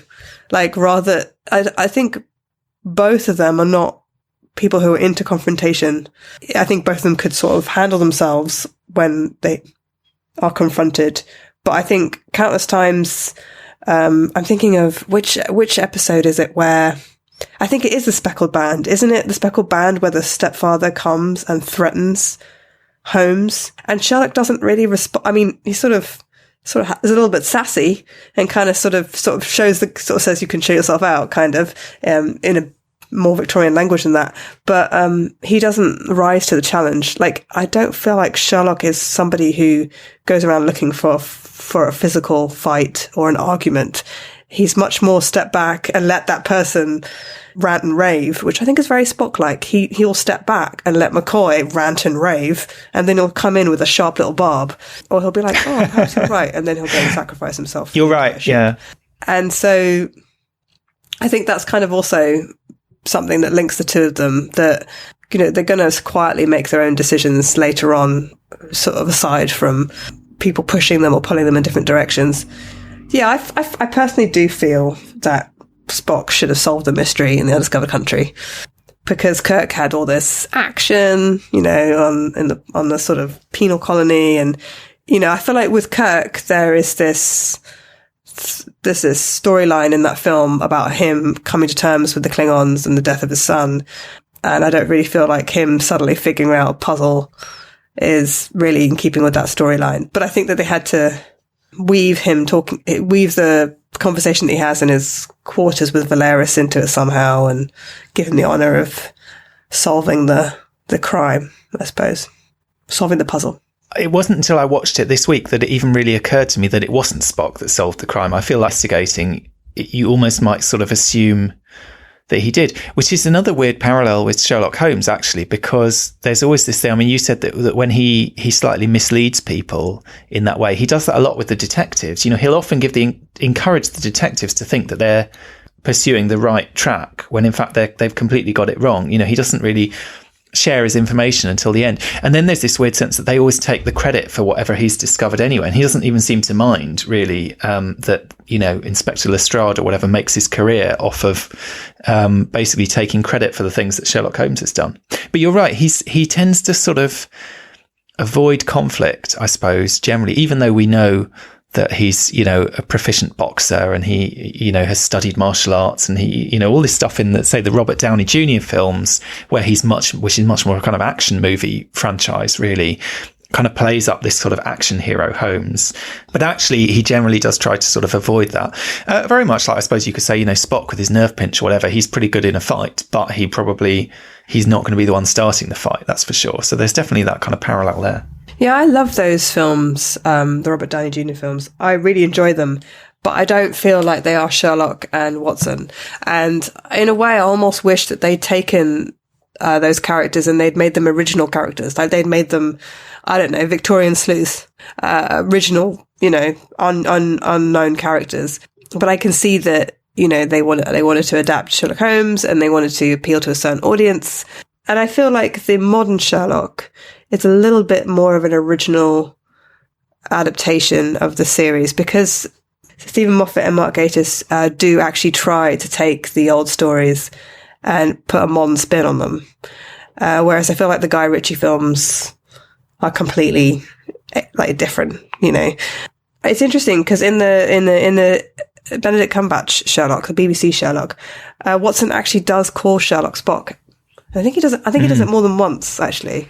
Does he? He's I noticed that in the Baskervilles episode. Yeah, he says "calm down, Spock" or something. Yeah, and the eulogy that Watson delivers at Sherlock's graveside feels very much like the eulogy that Kirk delivers at Spock's funeral in The Wrath of Khan, and he says something like, I can't remember what it is now, but it's something like about being human. And I think Watson also says something about being human, which is interesting because that's, I mean, it's particularly interesting for Spock, since it's kind of insulting, since he's tried to spend so much of his life trying not to be human. But it's also kind of sweet as well. But it's an interesting thing to say, about Sherlock, because I don't know if he ever really is accused of being inhuman. I mean, I think we can fairly well assume that Stephen Moffat has watched The Wrath of Khan. I guess we can probably guess that John Watson in the BBC Sherlock has watched The Wrath of Khan, and that maybe he's kind of almost quoting it deliberately. I mean, there is this weird, it does almost play into that idea, like I said, that kind of game, this idea of the game. It's kind of a different game, of a sort of intertextual game that's being played between these stories and drawing those kind of parallels. And you're right, he calls him Spock, I think, when Cumberbatch's Sherlock is saying, because it's in the Baskervilles episode, and he believes that his ability to control his emotions is being compromised, that he's kind of becoming overwhelmed by emotion. And that's why, so it's quite appropriate in a way. That's when Watson sort of says, calm down, Spock, as if it's like, Spock saying, I can't control my emotions. I can't kind of remain rational, essentially. But it definitely sort of, I don't think that's a coincidence that line at the funeral seems like an echo of Spock's funeral again. I think that is a kind of, again, an attempt to draw a sort of parallel between these characters. And there is something about these characters, that they are maybe one reason that they have endured for so long, both Holmes and Watson, but also Kirk and Spock, is that they are almost kind of archetypal characters. There is something sort of, they can be sketched out they've got a very strong, like Sherlock Holmes famously, that his sort of silhouette is kind of very recognizable because of the hat and the pipe and everything. Do you know what I mean? That's all you need to see. Spock, you could say the same thing with the ears and so on. Do you know what I mean? There's a kind of sense that these are very iconic characters, one way or another. They've become these kind of iconic figures, and they're not so totally on that. They do have to exist in relation to others. Do you know what I mean? You can't really have Spock without Kirk in a sense, and you can have Holmes without Watson, but he's kind of sort of part of the package somehow. That when you get Holmes without Watson, it sort of feels like something is missing somehow. There is something, that kind of humanity is missing. And some of the Holmes stories are narrated by Holmes rather than by Watson. And some of them, in fact, are about mysteries that Watson wasn't involved in, that Holmes is telling him about. But at least you've got that element of he's telling the story to Watson, so you kind of got Watson's take on it. Somehow that seems like it's an important part of the dynamic. So I think that one of the reasons why these are such beloved characters one of the reasons why Spock and I think Sherlock are such beloved characters, and that they do kind of echo on through generations of fans, is because, you do have those characters in stories that are strong hero type characters, where perhaps maybe they're strength is like brawn strength, and I think one of the reasons why Sherlock and Spock appeal to people is because their strength is intellectual strength. Their power is intellectual, and they are great intellects, shall we say. And I think that appeals to a lot of people. So that's one thing. But I think also, like you were saying, that, you can't imagine Sherlock without Watson. I think that it's also these kind of close bonds between male characters as well. I think there's a lot of stories, and I know we've talked about this before in the past, like with Gilgamesh, and other sort of stories like that, that there's this, I think, interest in relationships and friendships, close friendships between men. And I think, it's like the duo, it's like, Sherlock and Holmes and Kirk and Spock, although Batman and Robin. I mean, Kirk and Spock, I suppose, is also McCoy, but, and the sort of idea that these men... You're saying McCoy is the third wheel. To Kirk and Spock. I think the three of them make more sense together. I think, yeah. But I think it is implied, it isn't always implied in Star Trek that Kirk and Spock are perhaps maybe closer, I mean, that they spend more time with each other maybe than all three of them do together. Yeah, I think that's true. But all three go camping together, so, what do I know? And I think that you see that again and again in TV series, in films and fiction, about this close bond between men, and often they can be quite different, and they can kind of sort of bounce off each other, and they're almost like different sides of the same coin, kind of. And I feel that very much with Sherlock and Watson, and I think that's what appeals to people a lot. People like to think of them as really good friends, and that, that Sherlock is going to come to Watson's rescue, and that Watson's going to save Sherlock from basically overdosing on cocaine or whatever. And these kind of intense, they're not just, they're very intense friendships. I mean, there is a reason that there's this kind of, is there a sort of homoerotic subtext? There is some kind of subtext that's often played on, whether it's in the BBC version, people often think that they're a couple when they're not. In the Downey Jr. films, there's kind of, they end up rolling around on top of each other. It's kind of played for laughs one way or another. I mean, with Kirk and Spock, obviously we had that with the kind of slash fiction. I'm sure that among the cornucopia of Holmes extended universe kind of fiction, there must be some that goes in that direction as well. But I think it's also in, we see these kind of iconic pairings elsewhere. I mean, one series that, as well as the BBC version, there's also the American version of that, Elementary, which has a female Watson. But again, there's that kind of, as far as I know, they are just friends in that, despite, changing the gender of one of them. But actually, it occurred to me, Mulder and Scully is very much in some ways a kind of Holmes-Watson dynamic, in that she's the medical doctor. He's the one with the kind of wild theories. I mean, it's slightly turned on its head because it's not so obvious in that instance that he's, Mulder isn't always right necessarily, and Scully has a lot more expertise and kind of, she has a lot more to contribute in some ways than Watson does, but at the same time they're sort of playing on that dynamic. And again, there's that kind of tension of will they, won't they, and kind of, you know what I mean? Is it just a friendship? Is it something more? And obviously that changes as the series goes on. But you also get, all these kind of series where you have a kind of an everyman character and a kind of genius character, Mawson Lewis, the Doctor Who, again, the Doctor and the companion is basically the same. The companion is basically, that's what Watson is. He's a companion who follows the kind of magical hero around and kind of asks the questions that the reader needs to ask in order to understand what's going on. There is something about this story that can be kind of remade again and again. Even House, the TV series House, no coincidence, his name is House being the same as a home, as in Holmes, is basically another version of Sherlock Holmes in a different sort of context. Well, yeah, just because I think that there's something about the idea of this sort of incredibly intelligent character that can look at a scene that almost anybody would see as just normal, or I mean, maybe not normal because there'd be a dead body lying there or something, but everybody else would look and they just see what's on the surface.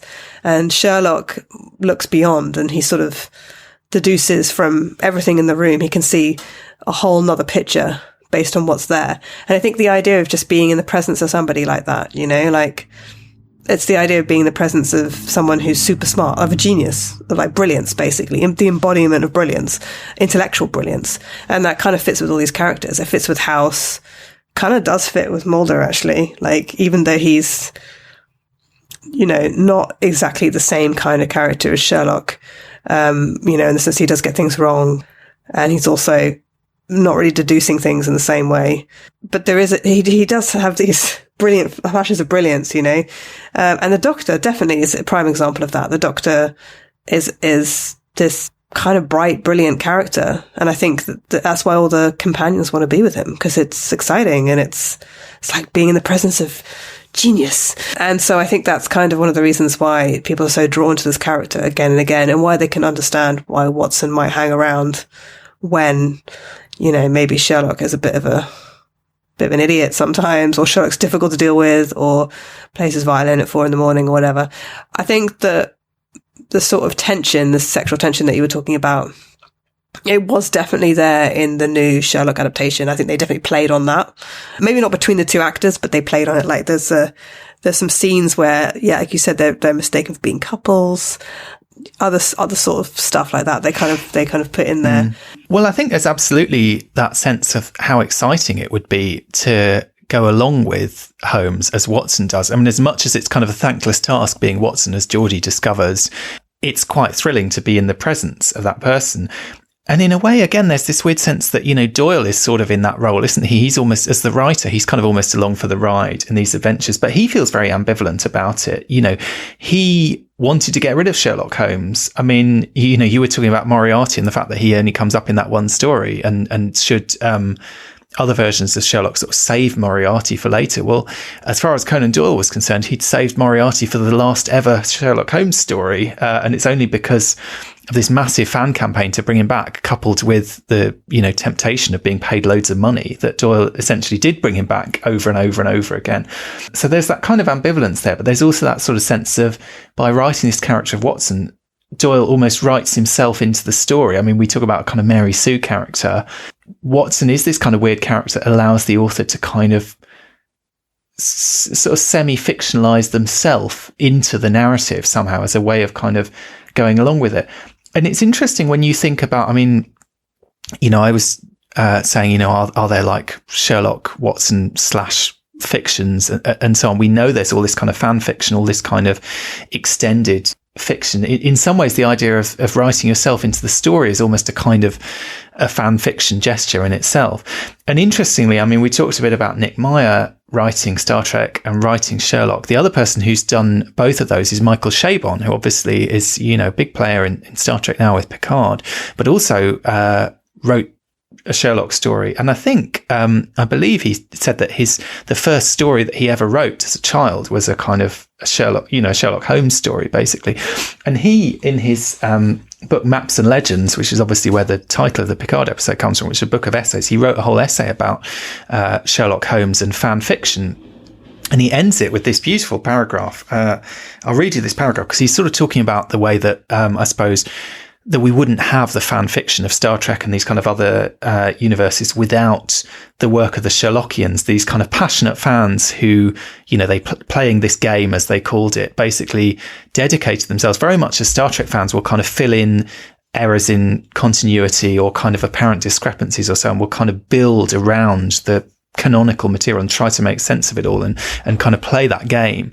That the Sherlockians were the ones who kind of really invented that. And then you get all these kind of both sort of faux history and also kind of creative output coming off the back of it. But he then ends with this amazing argument that basically all literature is essentially people copying the things that they love, you know, that we read first and then we write, essentially, and that every writer is inspired by the books that have been, you know, that they've read when they were younger or whatever, and that kind of feeds into it. I'll just read you this paragraph. He says, and yet there is a degree to which, just as all criticism is in essence Sherlockian, by which he means that kind of game of kind of going in and poking around and sort of trying to make it all fit. All literature, highbrow or low, from the Aeneid onward, is fan fiction. That is why Harold Bloom's notion of the anxiety of influence has always rung so hollow to me. Through parody and pastiche, allusion and homage, retelling and reimagining the stories that were told before us and that we have come of age loving, amateurs, we proceed, seeking out the blank pages in the map that our favourite writers in their greatness and negligence have left for us, hoping to pass on to our own readers, should we be lucky enough to find any, some of the pleasure that we ourselves have taken in the stuff we love, to get in on the game. All novels are sequels. Influence is bliss.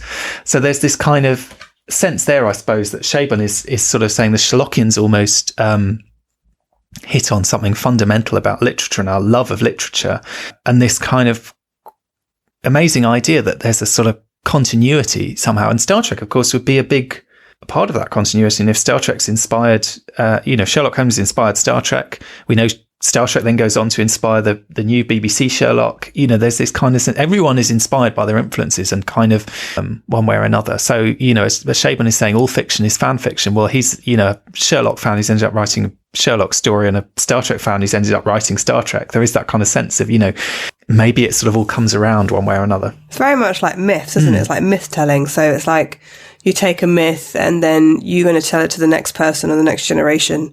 And in doing that, you add your own little flourish in it. You might change a few details here, or you might amend a few things, put it in a different situation, add some extra characteristics to the characters in the myth. And then before you know it, that becomes the big new myth. And then someone else will interpret that myth.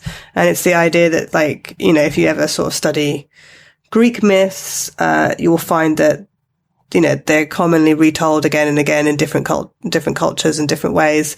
And maybe they weren't originally Greek myths. They came from some other culture, but they were adapted into Greek myth.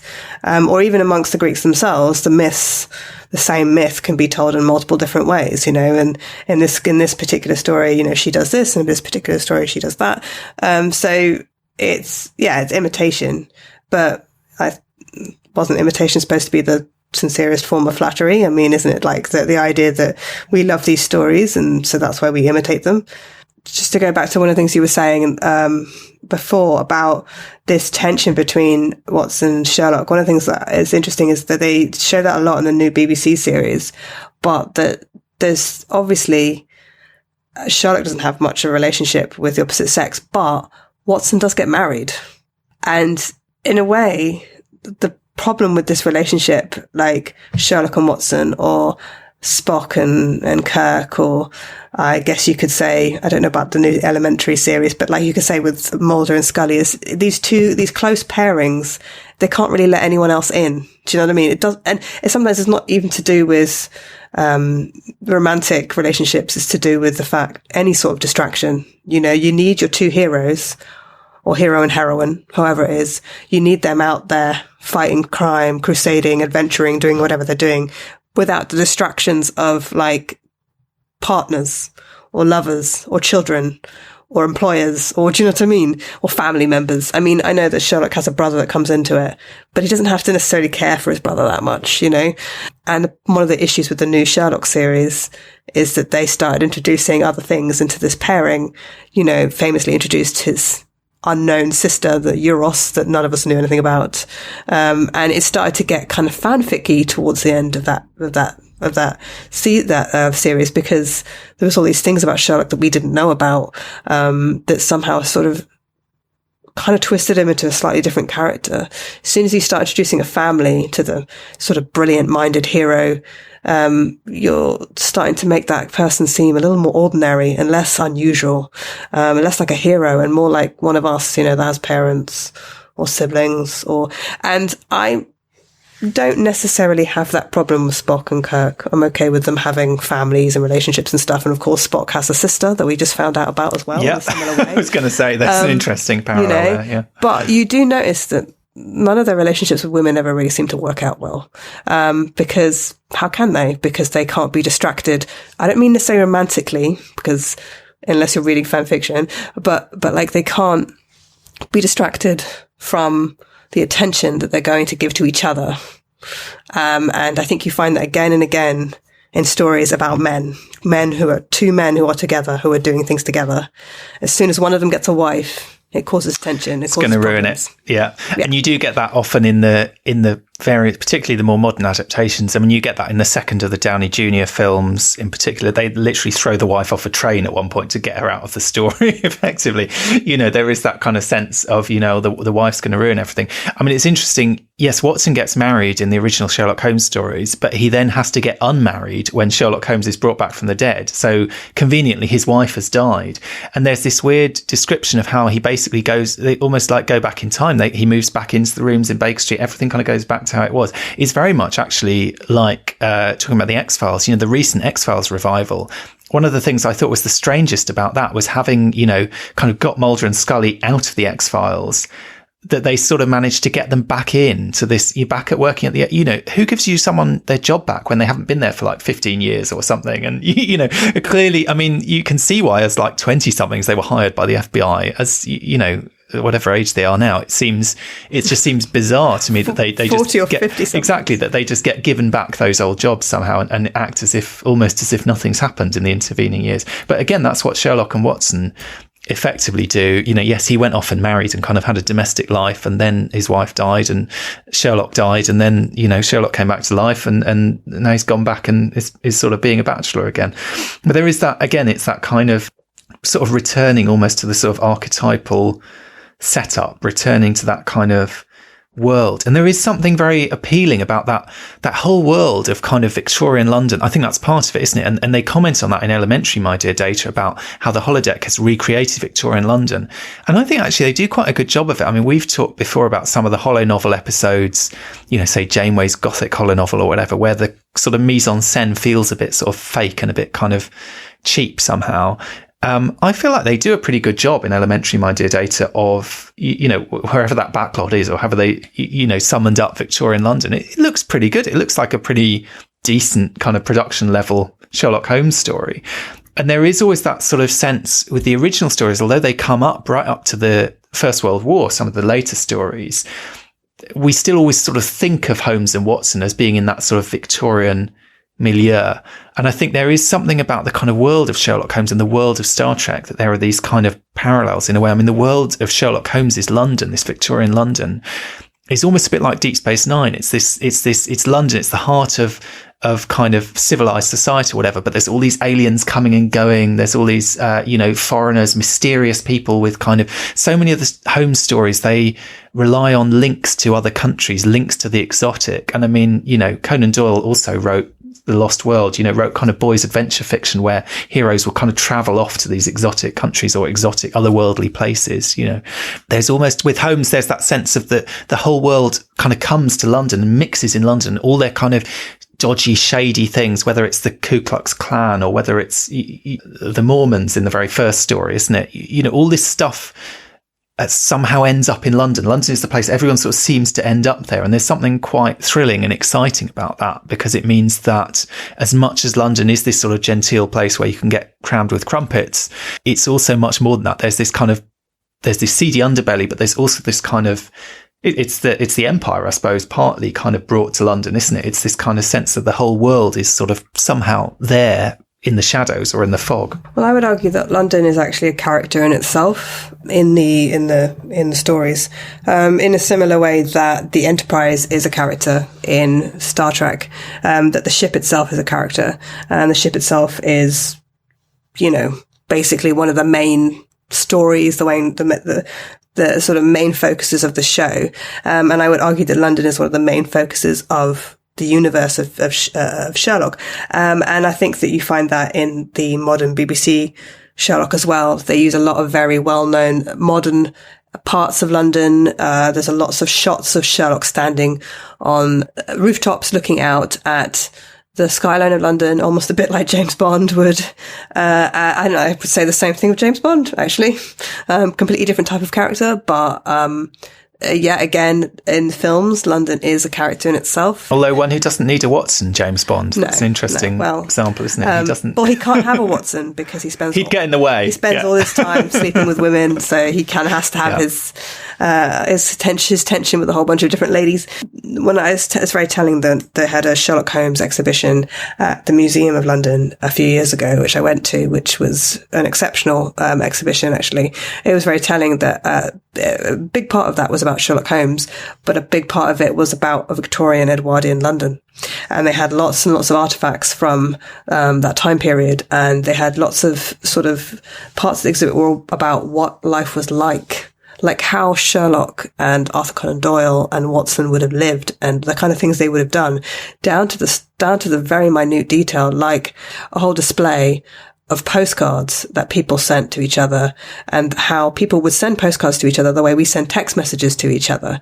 So that if you were going to go visit someone in the afternoon, you might send them a postcard that morning saying, I'm going to be with you by 5, because it was several posts deliveries a day. I mean, nowadays we only have one post delivery a day, but there used to be 2 for a while when I was younger. And before that, in the Victorian era, there used to be posts 3 or 4 or 5 times a day. So that people would send each other simple postcards with very simple little messages on them, because telegrams were expensive. And similarly in the BBC Sherlock production, you see Sherlock texting Watson, and a lot of the sort of text come up on the screen and everything. And so it's this idea of rooting these stories in a time and place. They're very applicable to that time and place. And I guess the odd one out with that is Star Trek, because it's not rooted to a time and place that we know. It's rooted to a time and a place that we imagine, that we've created and made up for ourselves. But we haven't made up. Obviously, Gene Roddenberry made it up. But you don't see what I'm saying? Like, as in, the human audience and creative endeavor has made it up. But those characters are very rooted in their time and place. Like, there is something logical about Star Trek history and universe. It sort of fits in together. People have made sure it fits in together in a way that Sherlock fits into the Victorian era, and in the way that the modern Sherlock fits into modern London. So I would say setting the scene, the locations, and the sort of all the little details, like the postcards, like the text messages, like Sherlock's tobacco, like all the little things that they do, like Watson's war injury, all that kind of stuff, are all parts of this puzzle that put together to make this whole story, that we all can believe in, kind of. And there's an interesting thing that goes on in both Star Trek and Sherlock Holmes, and indeed in Doctor Who and many of these other kind of universes, of this sort of almost, there's the canon, and you could say in some ways that Conan Doyle is actually not very he didn't have, a kind of script supervisor working with him. I mean, there are endless inconsistencies, which I suppose are part of what makes this game that the Sherlockians play so complex, because, even the name of the landlady changes, where Watson, did he get shot through the shoulder or the leg, or do you know what I mean? All these kind of details he inadvertently changes because he forgets what he wrote in the previous story. But at the same time, there is this sense of this kind of corpus of stories, and they do often refer back to other stories.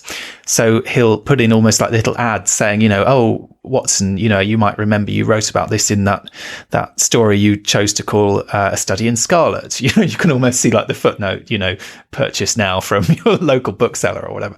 But there's also this sense of building up a kind of meta canon around the actual canon of these stories that are sort of vaguely alluded to but are never written.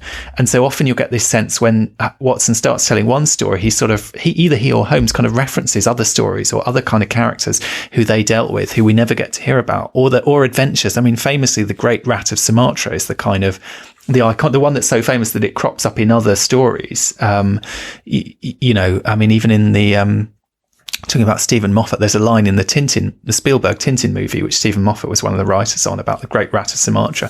So it kind of has escaped, and it crops up in Doctor Who as well. It's escaped from Sherlock Holmes world, but that's something that's almost kind of fanfic baked into the story, canonical story itself, in that it's there in the canon, but it's a sort of reference to a story that doesn't exist in the canon and that probably never will, but that is a sort of tease for the reader to kind of use their own imagination on, to kind of go to town on somehow. So maybe that's part of it, that both, and Star Trek does the same thing with kind of references to, sometimes to things that we've seen, but also sometimes to things that we have never seen on screen. And we just get these kind of tantalizing allusions to something. And we sort of think, wow, I wonder what that place is like, or I wonder what that tastes like, or I wonder, they're kind of just things that are thrown out there to kind of make the universe feel more real and more huge and complicated somehow. So I think, again, that's a kind of element of the sort of world building, I suppose you could say. And I mean, you're right, that kind of sense of Victorian London, we do have this very strong sense of it, despite the fact that actually quite a lot of the Holmes stories take place, they're not necessarily even in London. Often they have to get a train somewhere, or it's generally often sort of a day trip from London. Do you know what I mean? They don't, obviously in Baskervilles, it's maybe a little bit further, but they don't all take place in London, but I suppose they nearly always start in London. They start in that one room. There's something very kind of formulaic about it. It always starts with someone comes to the room with a problem, they tell their story, and then Holmes and Watson, sometimes they don't even leave the room and they come up with a solution, but generally they have to go off somewhere and investigate. And it might be within London, or it might be further afield, but it's always within this kind of, this world, and these people who are, there's always people from South Africa or from America or from all over the world seem to have kind of ended up, or they've been to India for a few years and come back. Everyone's sort of come back to England somehow and is, bringing all their weird, exotic kind of baggage with them somehow. Even literally in the case of the Speckled Band, bringing their exotic creatures, their snakes, and there's a baboon, I think, in one of them, isn't there? I feel like, there's a lot of exotic creatures in Sherlock Holmes, weirdly more than you think. But yeah, there's a lot of them, actually. I feel like Sherlock would be a great advertisement for, like, Great Western Railways. Or, yeah. Do you know what I mean? Like, somebody must have done that. But if they haven't, like, you should do that. Like, he would be a great advertisement for, like, a rail company, because he's always taking trains. Always. And one of the most famous images that people remember from the Strand magazine is the illustration of Watson and Sherlock talking to each other in a carriage, sitting opposite each other, and Sherlock's kind of pointing out something. And that's something that they have in lots of productions, not some of the more modern ones, but some of the older ones, they'll definitely have a scene in a train carriage with Sherlock sitting opposite Watson and kind of like, talking to him. And in a way, it's a little bit like the Runabout, isn't it? Like all the conversations that happen in the Runabout in various different variations of Star Trek are a little bit like that train carriage. But yeah, I've always thought that would be they'd be a perfect two characters to advertise London's railways with, because that's how the majority of Victorians, I mean, I guess unless you were wealthy and you could take a carriage somewhere, a lot of Victorians must have been able to take the train. It almost seems like in the stories, like they'd get on a train and then they're there. But actually, we're talking about long train journeys. So they travel quite a lot, actually, in a period where traveling was quite slow. Although it feels like it all feels very modern. And, they even take an underground train in some of the, it feels like... They take cabs a lot. They take horse-drawn cabs a lot. They do take horse-drawn cabs. There's this weird sort of double-sided element to it as well, though, because although in some ways they feel kind of nostalgically set in the past, they're also quite interested in new developments in the future, in almost new technologies and so on. Do you know what I mean? In things that do make it quite, you can just get this new not high speed rail, but do you know what I mean?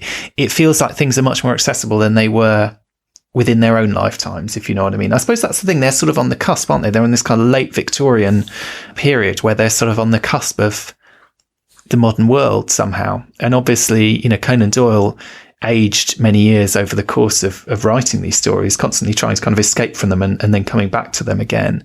And so maybe there's that kind of weird, maybe that also plays into this sense that Holmes and Watson kind of, they are partly of our time as much as they're of their time, if you know what I mean, because he's sort of brought them with him through time one way or another, tried to kind of freeze Holmes by killing him off. I mean, the fan campaign to bring back Star Trek, there's almost nothing on the fan campaign to bring back Sherlock Holmes. I mean, there were people going around wearing black armbands for Sherlock Holmes for years, cancelling their subscriptions angrily to the magazines that he was, that he was published in.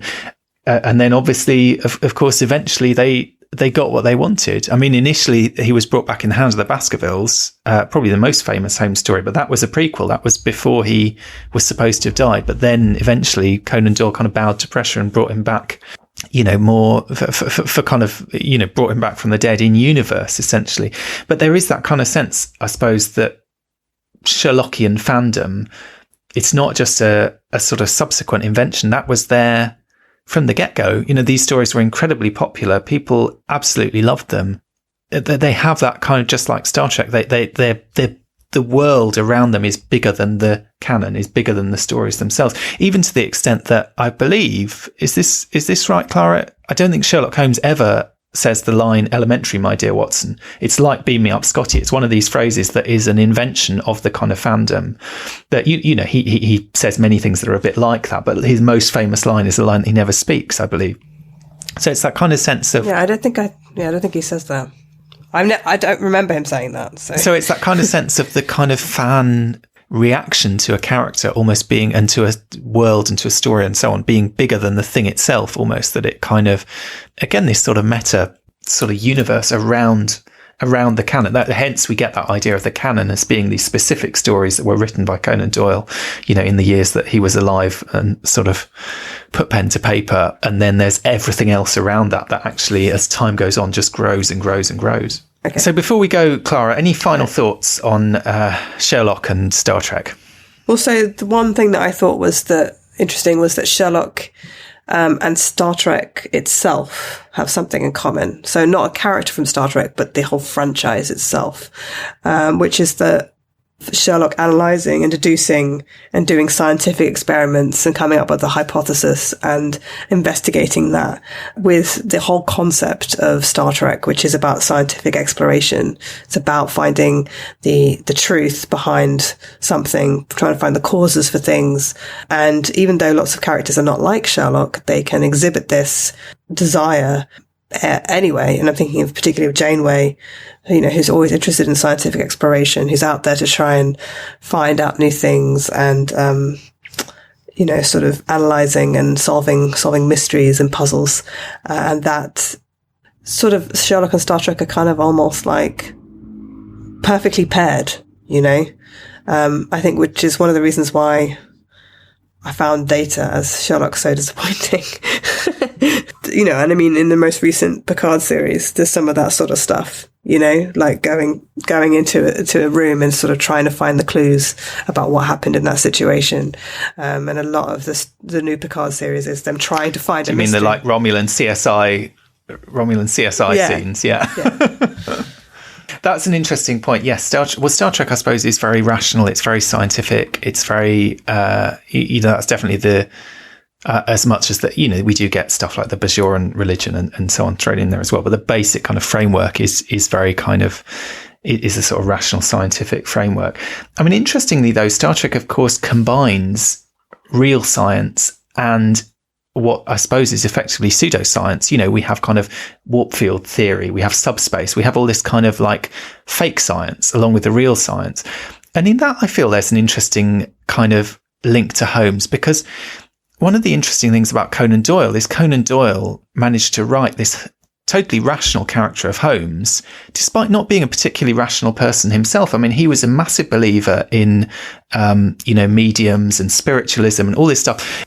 He got into an argument, I think, with Harry Houdini, because Houdini told him how some of his tricks were done, and Doyle wouldn't really accept it. Basically, he preferred to believe that Houdini was, not just a conjurer, but a kind of, a wizard, a magician in the sense of someone who can do kind of otherworldly things.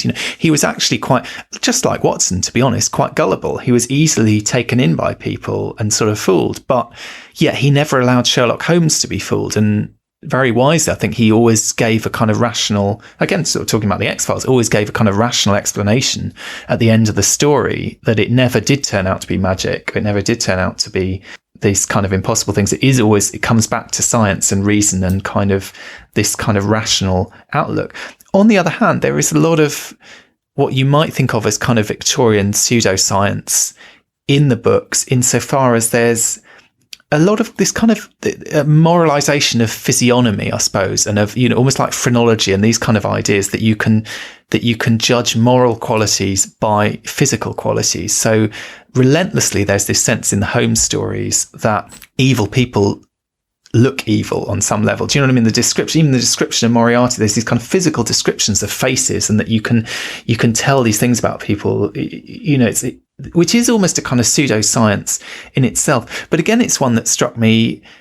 You could almost say Star Trek has the same attitude insofar as, broadly speaking, the sort of big bad nasty aliens, they make them look kind of scary and freaky and everything. And the exception that proves the rule is that episode of Voyager, which basically turns that stereotype on its head by the episode Nemesis, by having these guys who look like, the Predator, basically look absolutely terrifying, but turn out to not be the villains in the story. We side with the ones who look more like us, and we side against these kind of really scary, freaky looking ones.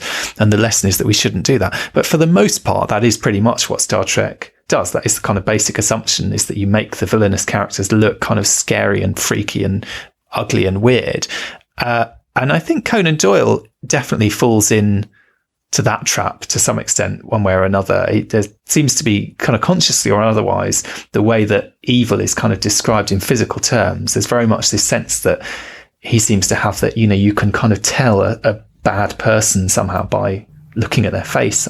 Yeah, and there's an element there which is dangerous, isn't there? Because he's sort of tipping into, wouldn't necessarily call it eugenics, but he's tipping into some level of racism, I think, especially in the case of, is it the crooked man? No, it's the sign of 4, isn't it?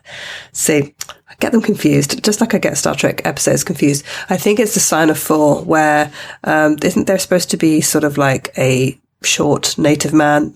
I don't want to say little native man, but I think that's the way they kind of describe him, who's walking around with the villain or the perpetrator of the murders. And, they describe him as being like a pygmy, and he's described as looking kind of horrific and being kind of animalistic, and what they're describing as a very short black man.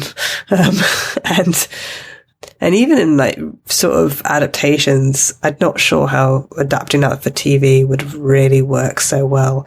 There's an episode of The Sign of 4 that's of the Granada TV show that was on with Jeremy Brett, and Jeremy Brett is actually an excellent Sherlock Holmes, I think. But yeah, they filmed this little guy, and it's obviously somebody in like heavy makeup, I think, who's been blacked up and given weird looking teeth. And that doesn't sit so well with people now in 2020, because it could be conceived as being racist. So, or it is racist. So you have to remember that Arthur Conan Doyle was writing Sherlock Holmes during a time of the British Empire. And, they mentioned several times in the stories about the rebellion in India that took place, where basically the Indians rose up against the British soldiers and the British Empire.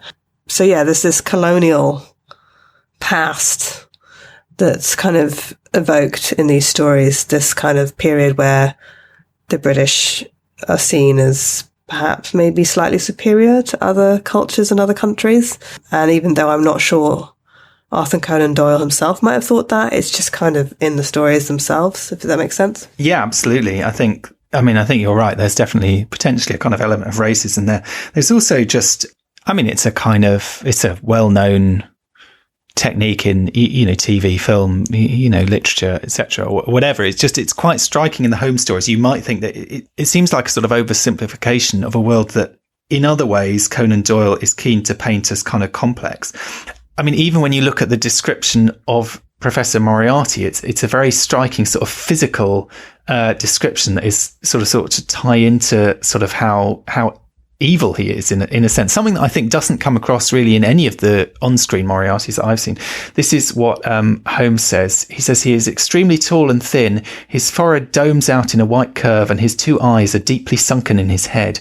He's clean-shaven, pale and ascetic-looking, retaining something of the professor in his features. His shoulders are rounded from much study and his face protrudes forward and is forever slowly oscillating from side to side in a curiously reptilian fashion. So an amazing physical description of this character. Great piece of descriptive writing. But again, this sense of a villain who's almost not human. A reptilian fashion, you almost think of like a Cardassian or something. So very striking the way that Moriarty is described in clear physical terms. Now, I've never seen an adaptation of Sherlock Holmes that really necessarily takes that to heart. I think you're right. Moriarty can get kind of reinvented more in terms of what he represents to us. Holmes, maybe we have more of a sense he needs to be kind of tall and thin. Both Data and Spock sort of fit. They've got the body type for Holmes. Jeremy Brett, interestingly, I flicked on a late one of the, must have been the later seasons of his Sherlock Holmes, and he'd obviously been doing it for a good few years because he had clearly, put on quite a few pounds and was kind of, you could tell he'd been in this role for a while. And I was quite shocked because I'd seen some of his early ones and I thought, yeah, he does look like Sherlock Holmes. And in the credits, they still have the kind of old images of him. And then you see this guy come on screen, you're like, oh, right, okay, fair enough, But so we do have absolutely this sense of, even in old age. There was that film with Ian McKellen as the kind of old Sherlock Holmes, wasn't there? Which, again, Michael Chabon has said was an inspiration for Picard. Holmes retired and kept bees. Picard goes and makes wine. There's this sense of these kind of men in retirement.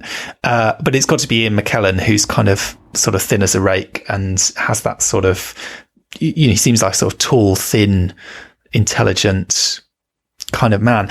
But interestingly, talking about these characters within Star Trek, some of them, we have seen them recast. We have seen in the Kelvin timeline a new Kirk and Spock. In Discovery, we've seen a third Spock. Spock is a character who it seems can survive being recast and being played by other actors. And, maybe no one can ever quite approach Leonard Nimoy, but they can do a pretty good job one way or another. We're kind of willing to accept that Spock is more than just that presentation. And Nimoy, of course, I should have mentioned this before, played Sherlock Holmes. Nimoy played Sherlock Holmes in a stage production long before, I guess, between Star Trek and The Undiscovered Country. But certainly by the time Nicholas Meyer was writing The Undiscovered Country, he would probably have been aware that Nimoy had played Sherlock Holmes on stage. And also Christopher Plummer, who is General Chang. He also played Sherlock Holmes in a rather strange film where Sherlock has to sort of defeat and kind of catch and defeat the Jack the Ripper, another character that also kind of weirdly appeared in Star Trek, but not in a sort of understandable way. But yeah, so I think there's a lot of links between the two different universes, two different franchises, if you can call Sherlock Holmes a franchise. It's interesting. I think that maybe actors who are drawn to the same types of characters again and again in order to play them. So Christopher Plummer plays Sherlock Holmes opposite Jack the Ripper. So in this film, yeah, it's called, I can't remember what it's called now. It's something to do with blood.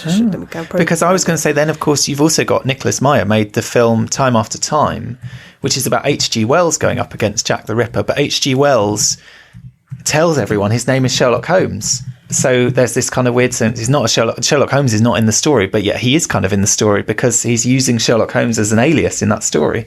So the film is called Murder by Decree. It's a British-Canadian film, and Sherlock Holmes and Dr. Watson go against, basically they're embroiled in the investigation surrounding the real-life 1888 Whitechapel murders committed by Jack the Ripper. And James Mason plays Watson, which I think is an interesting choice. Wow. And who plays Jack the Ripper? Although isn't there a film called A Study in Terror, which has James Hill as Sherlock Holmes, who also goes against Jack the Ripper. I think there's several. It does feel like stories. An obvious kind of, I mean, time after time, as I say, sort of bypasses it because it's actually H.G. Wells, but it kind of can't resist getting Sherlock Holmes in there somehow. It certainly feels like Sherlock Holmes ought to have kind of solved, if being around at the time, it's a bit like that whole thing of why didn't Superman stop 9/11? Do you know what I mean? Like, surely Sherlock Holmes should have caught the Ripper. And if he didn't, why? You know, I guess it sort of begs that question. But again, that kind of takes us back to this idea of the Sherlockians and this kind of idea of trying to reconcile real world history with fictional history, you know, trying to reconcile the real things that we know happened with these kind of fictional accounts that were often written slightly carelessly. And we have the same thing with Star Trek. You know, where were the eugenics wars in the 1990s that we lived through? I mean, I talked to Greg Cox about this. You know, he wrote a set of novels kind of trying to fit the eugenics wars into our own timeline without breaking it, essentially. But it's that's kind of the challenge. And I suppose that's the game for the Sherlockians, and that's the game for Star Trek fans as well, is to sort of desperately try to pretend it's not just a TV show. You know, one way or another, as Cisco says, it's real. You know, it's that kind of trying to make the fantasy a reality. Yeah, exactly. If we all just try hard enough, we can make it real one day. We can make the Vulcans come and have first contact with us. Yeah, just a few more decades to go. If there's any of us left by then to welcome them. Well, it's been fun talking about Sherlock Holmes and Star Trek this week, and great to do so in the presence of a serious Sherlockian like you, Clara.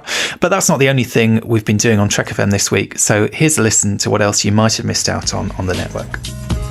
Previously on Trek.fm. The Line, a Star Trek Picard podcast. I like the character, but I would have rather seen Noonian. Okay, interesting. Tiebreaker de Clerk Zalagi. That's your new nickname, is Tiebreaker. Yeah, Chrissy, what do you think? Since Brandon and I think exactly the opposite. Yeah, that's all right. That's why you got to have three people. It works better. Earl Grey. No, I think the hat's going to get bigger, but also double as her spacecraft. It'll unfold, it'll envelop her, and she'll be able to just walk out an airlock and zoom off.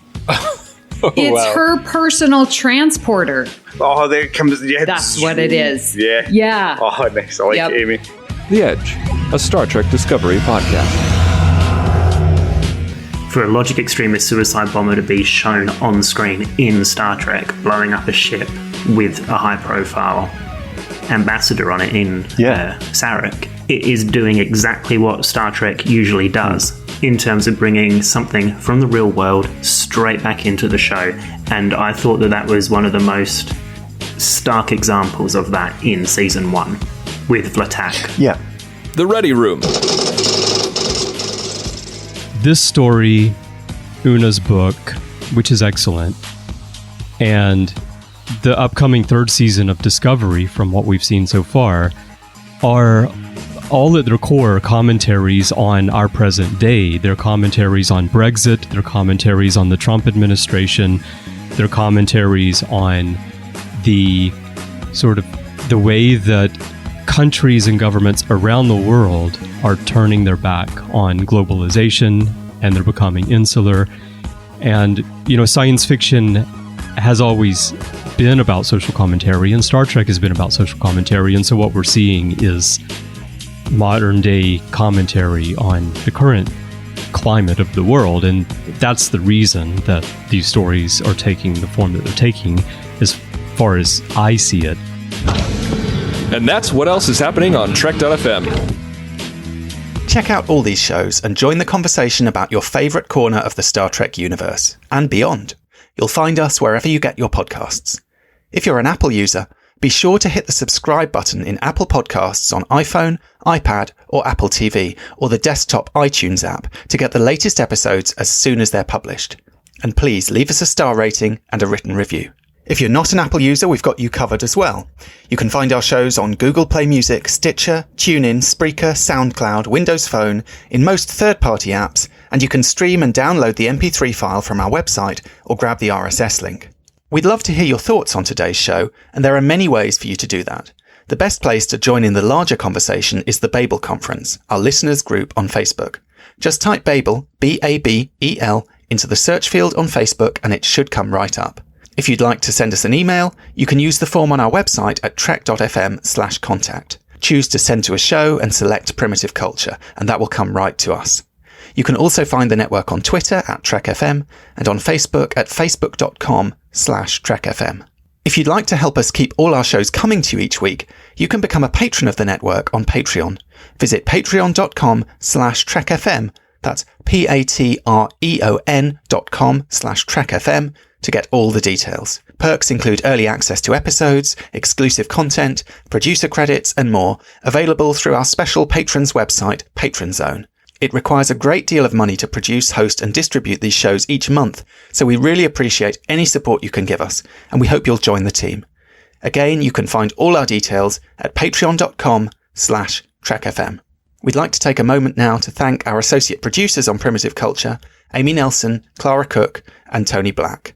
Amy is a presenter of many other shows on the network, and you can find her on Twitter at Miss Amy Nelson. Clara and Tony were two of the former co-hosts of this show, and they'll be popping back from time to time. You can find Clara on Twitter at ClaraJeanMC, and Tony at AJ Black Writer.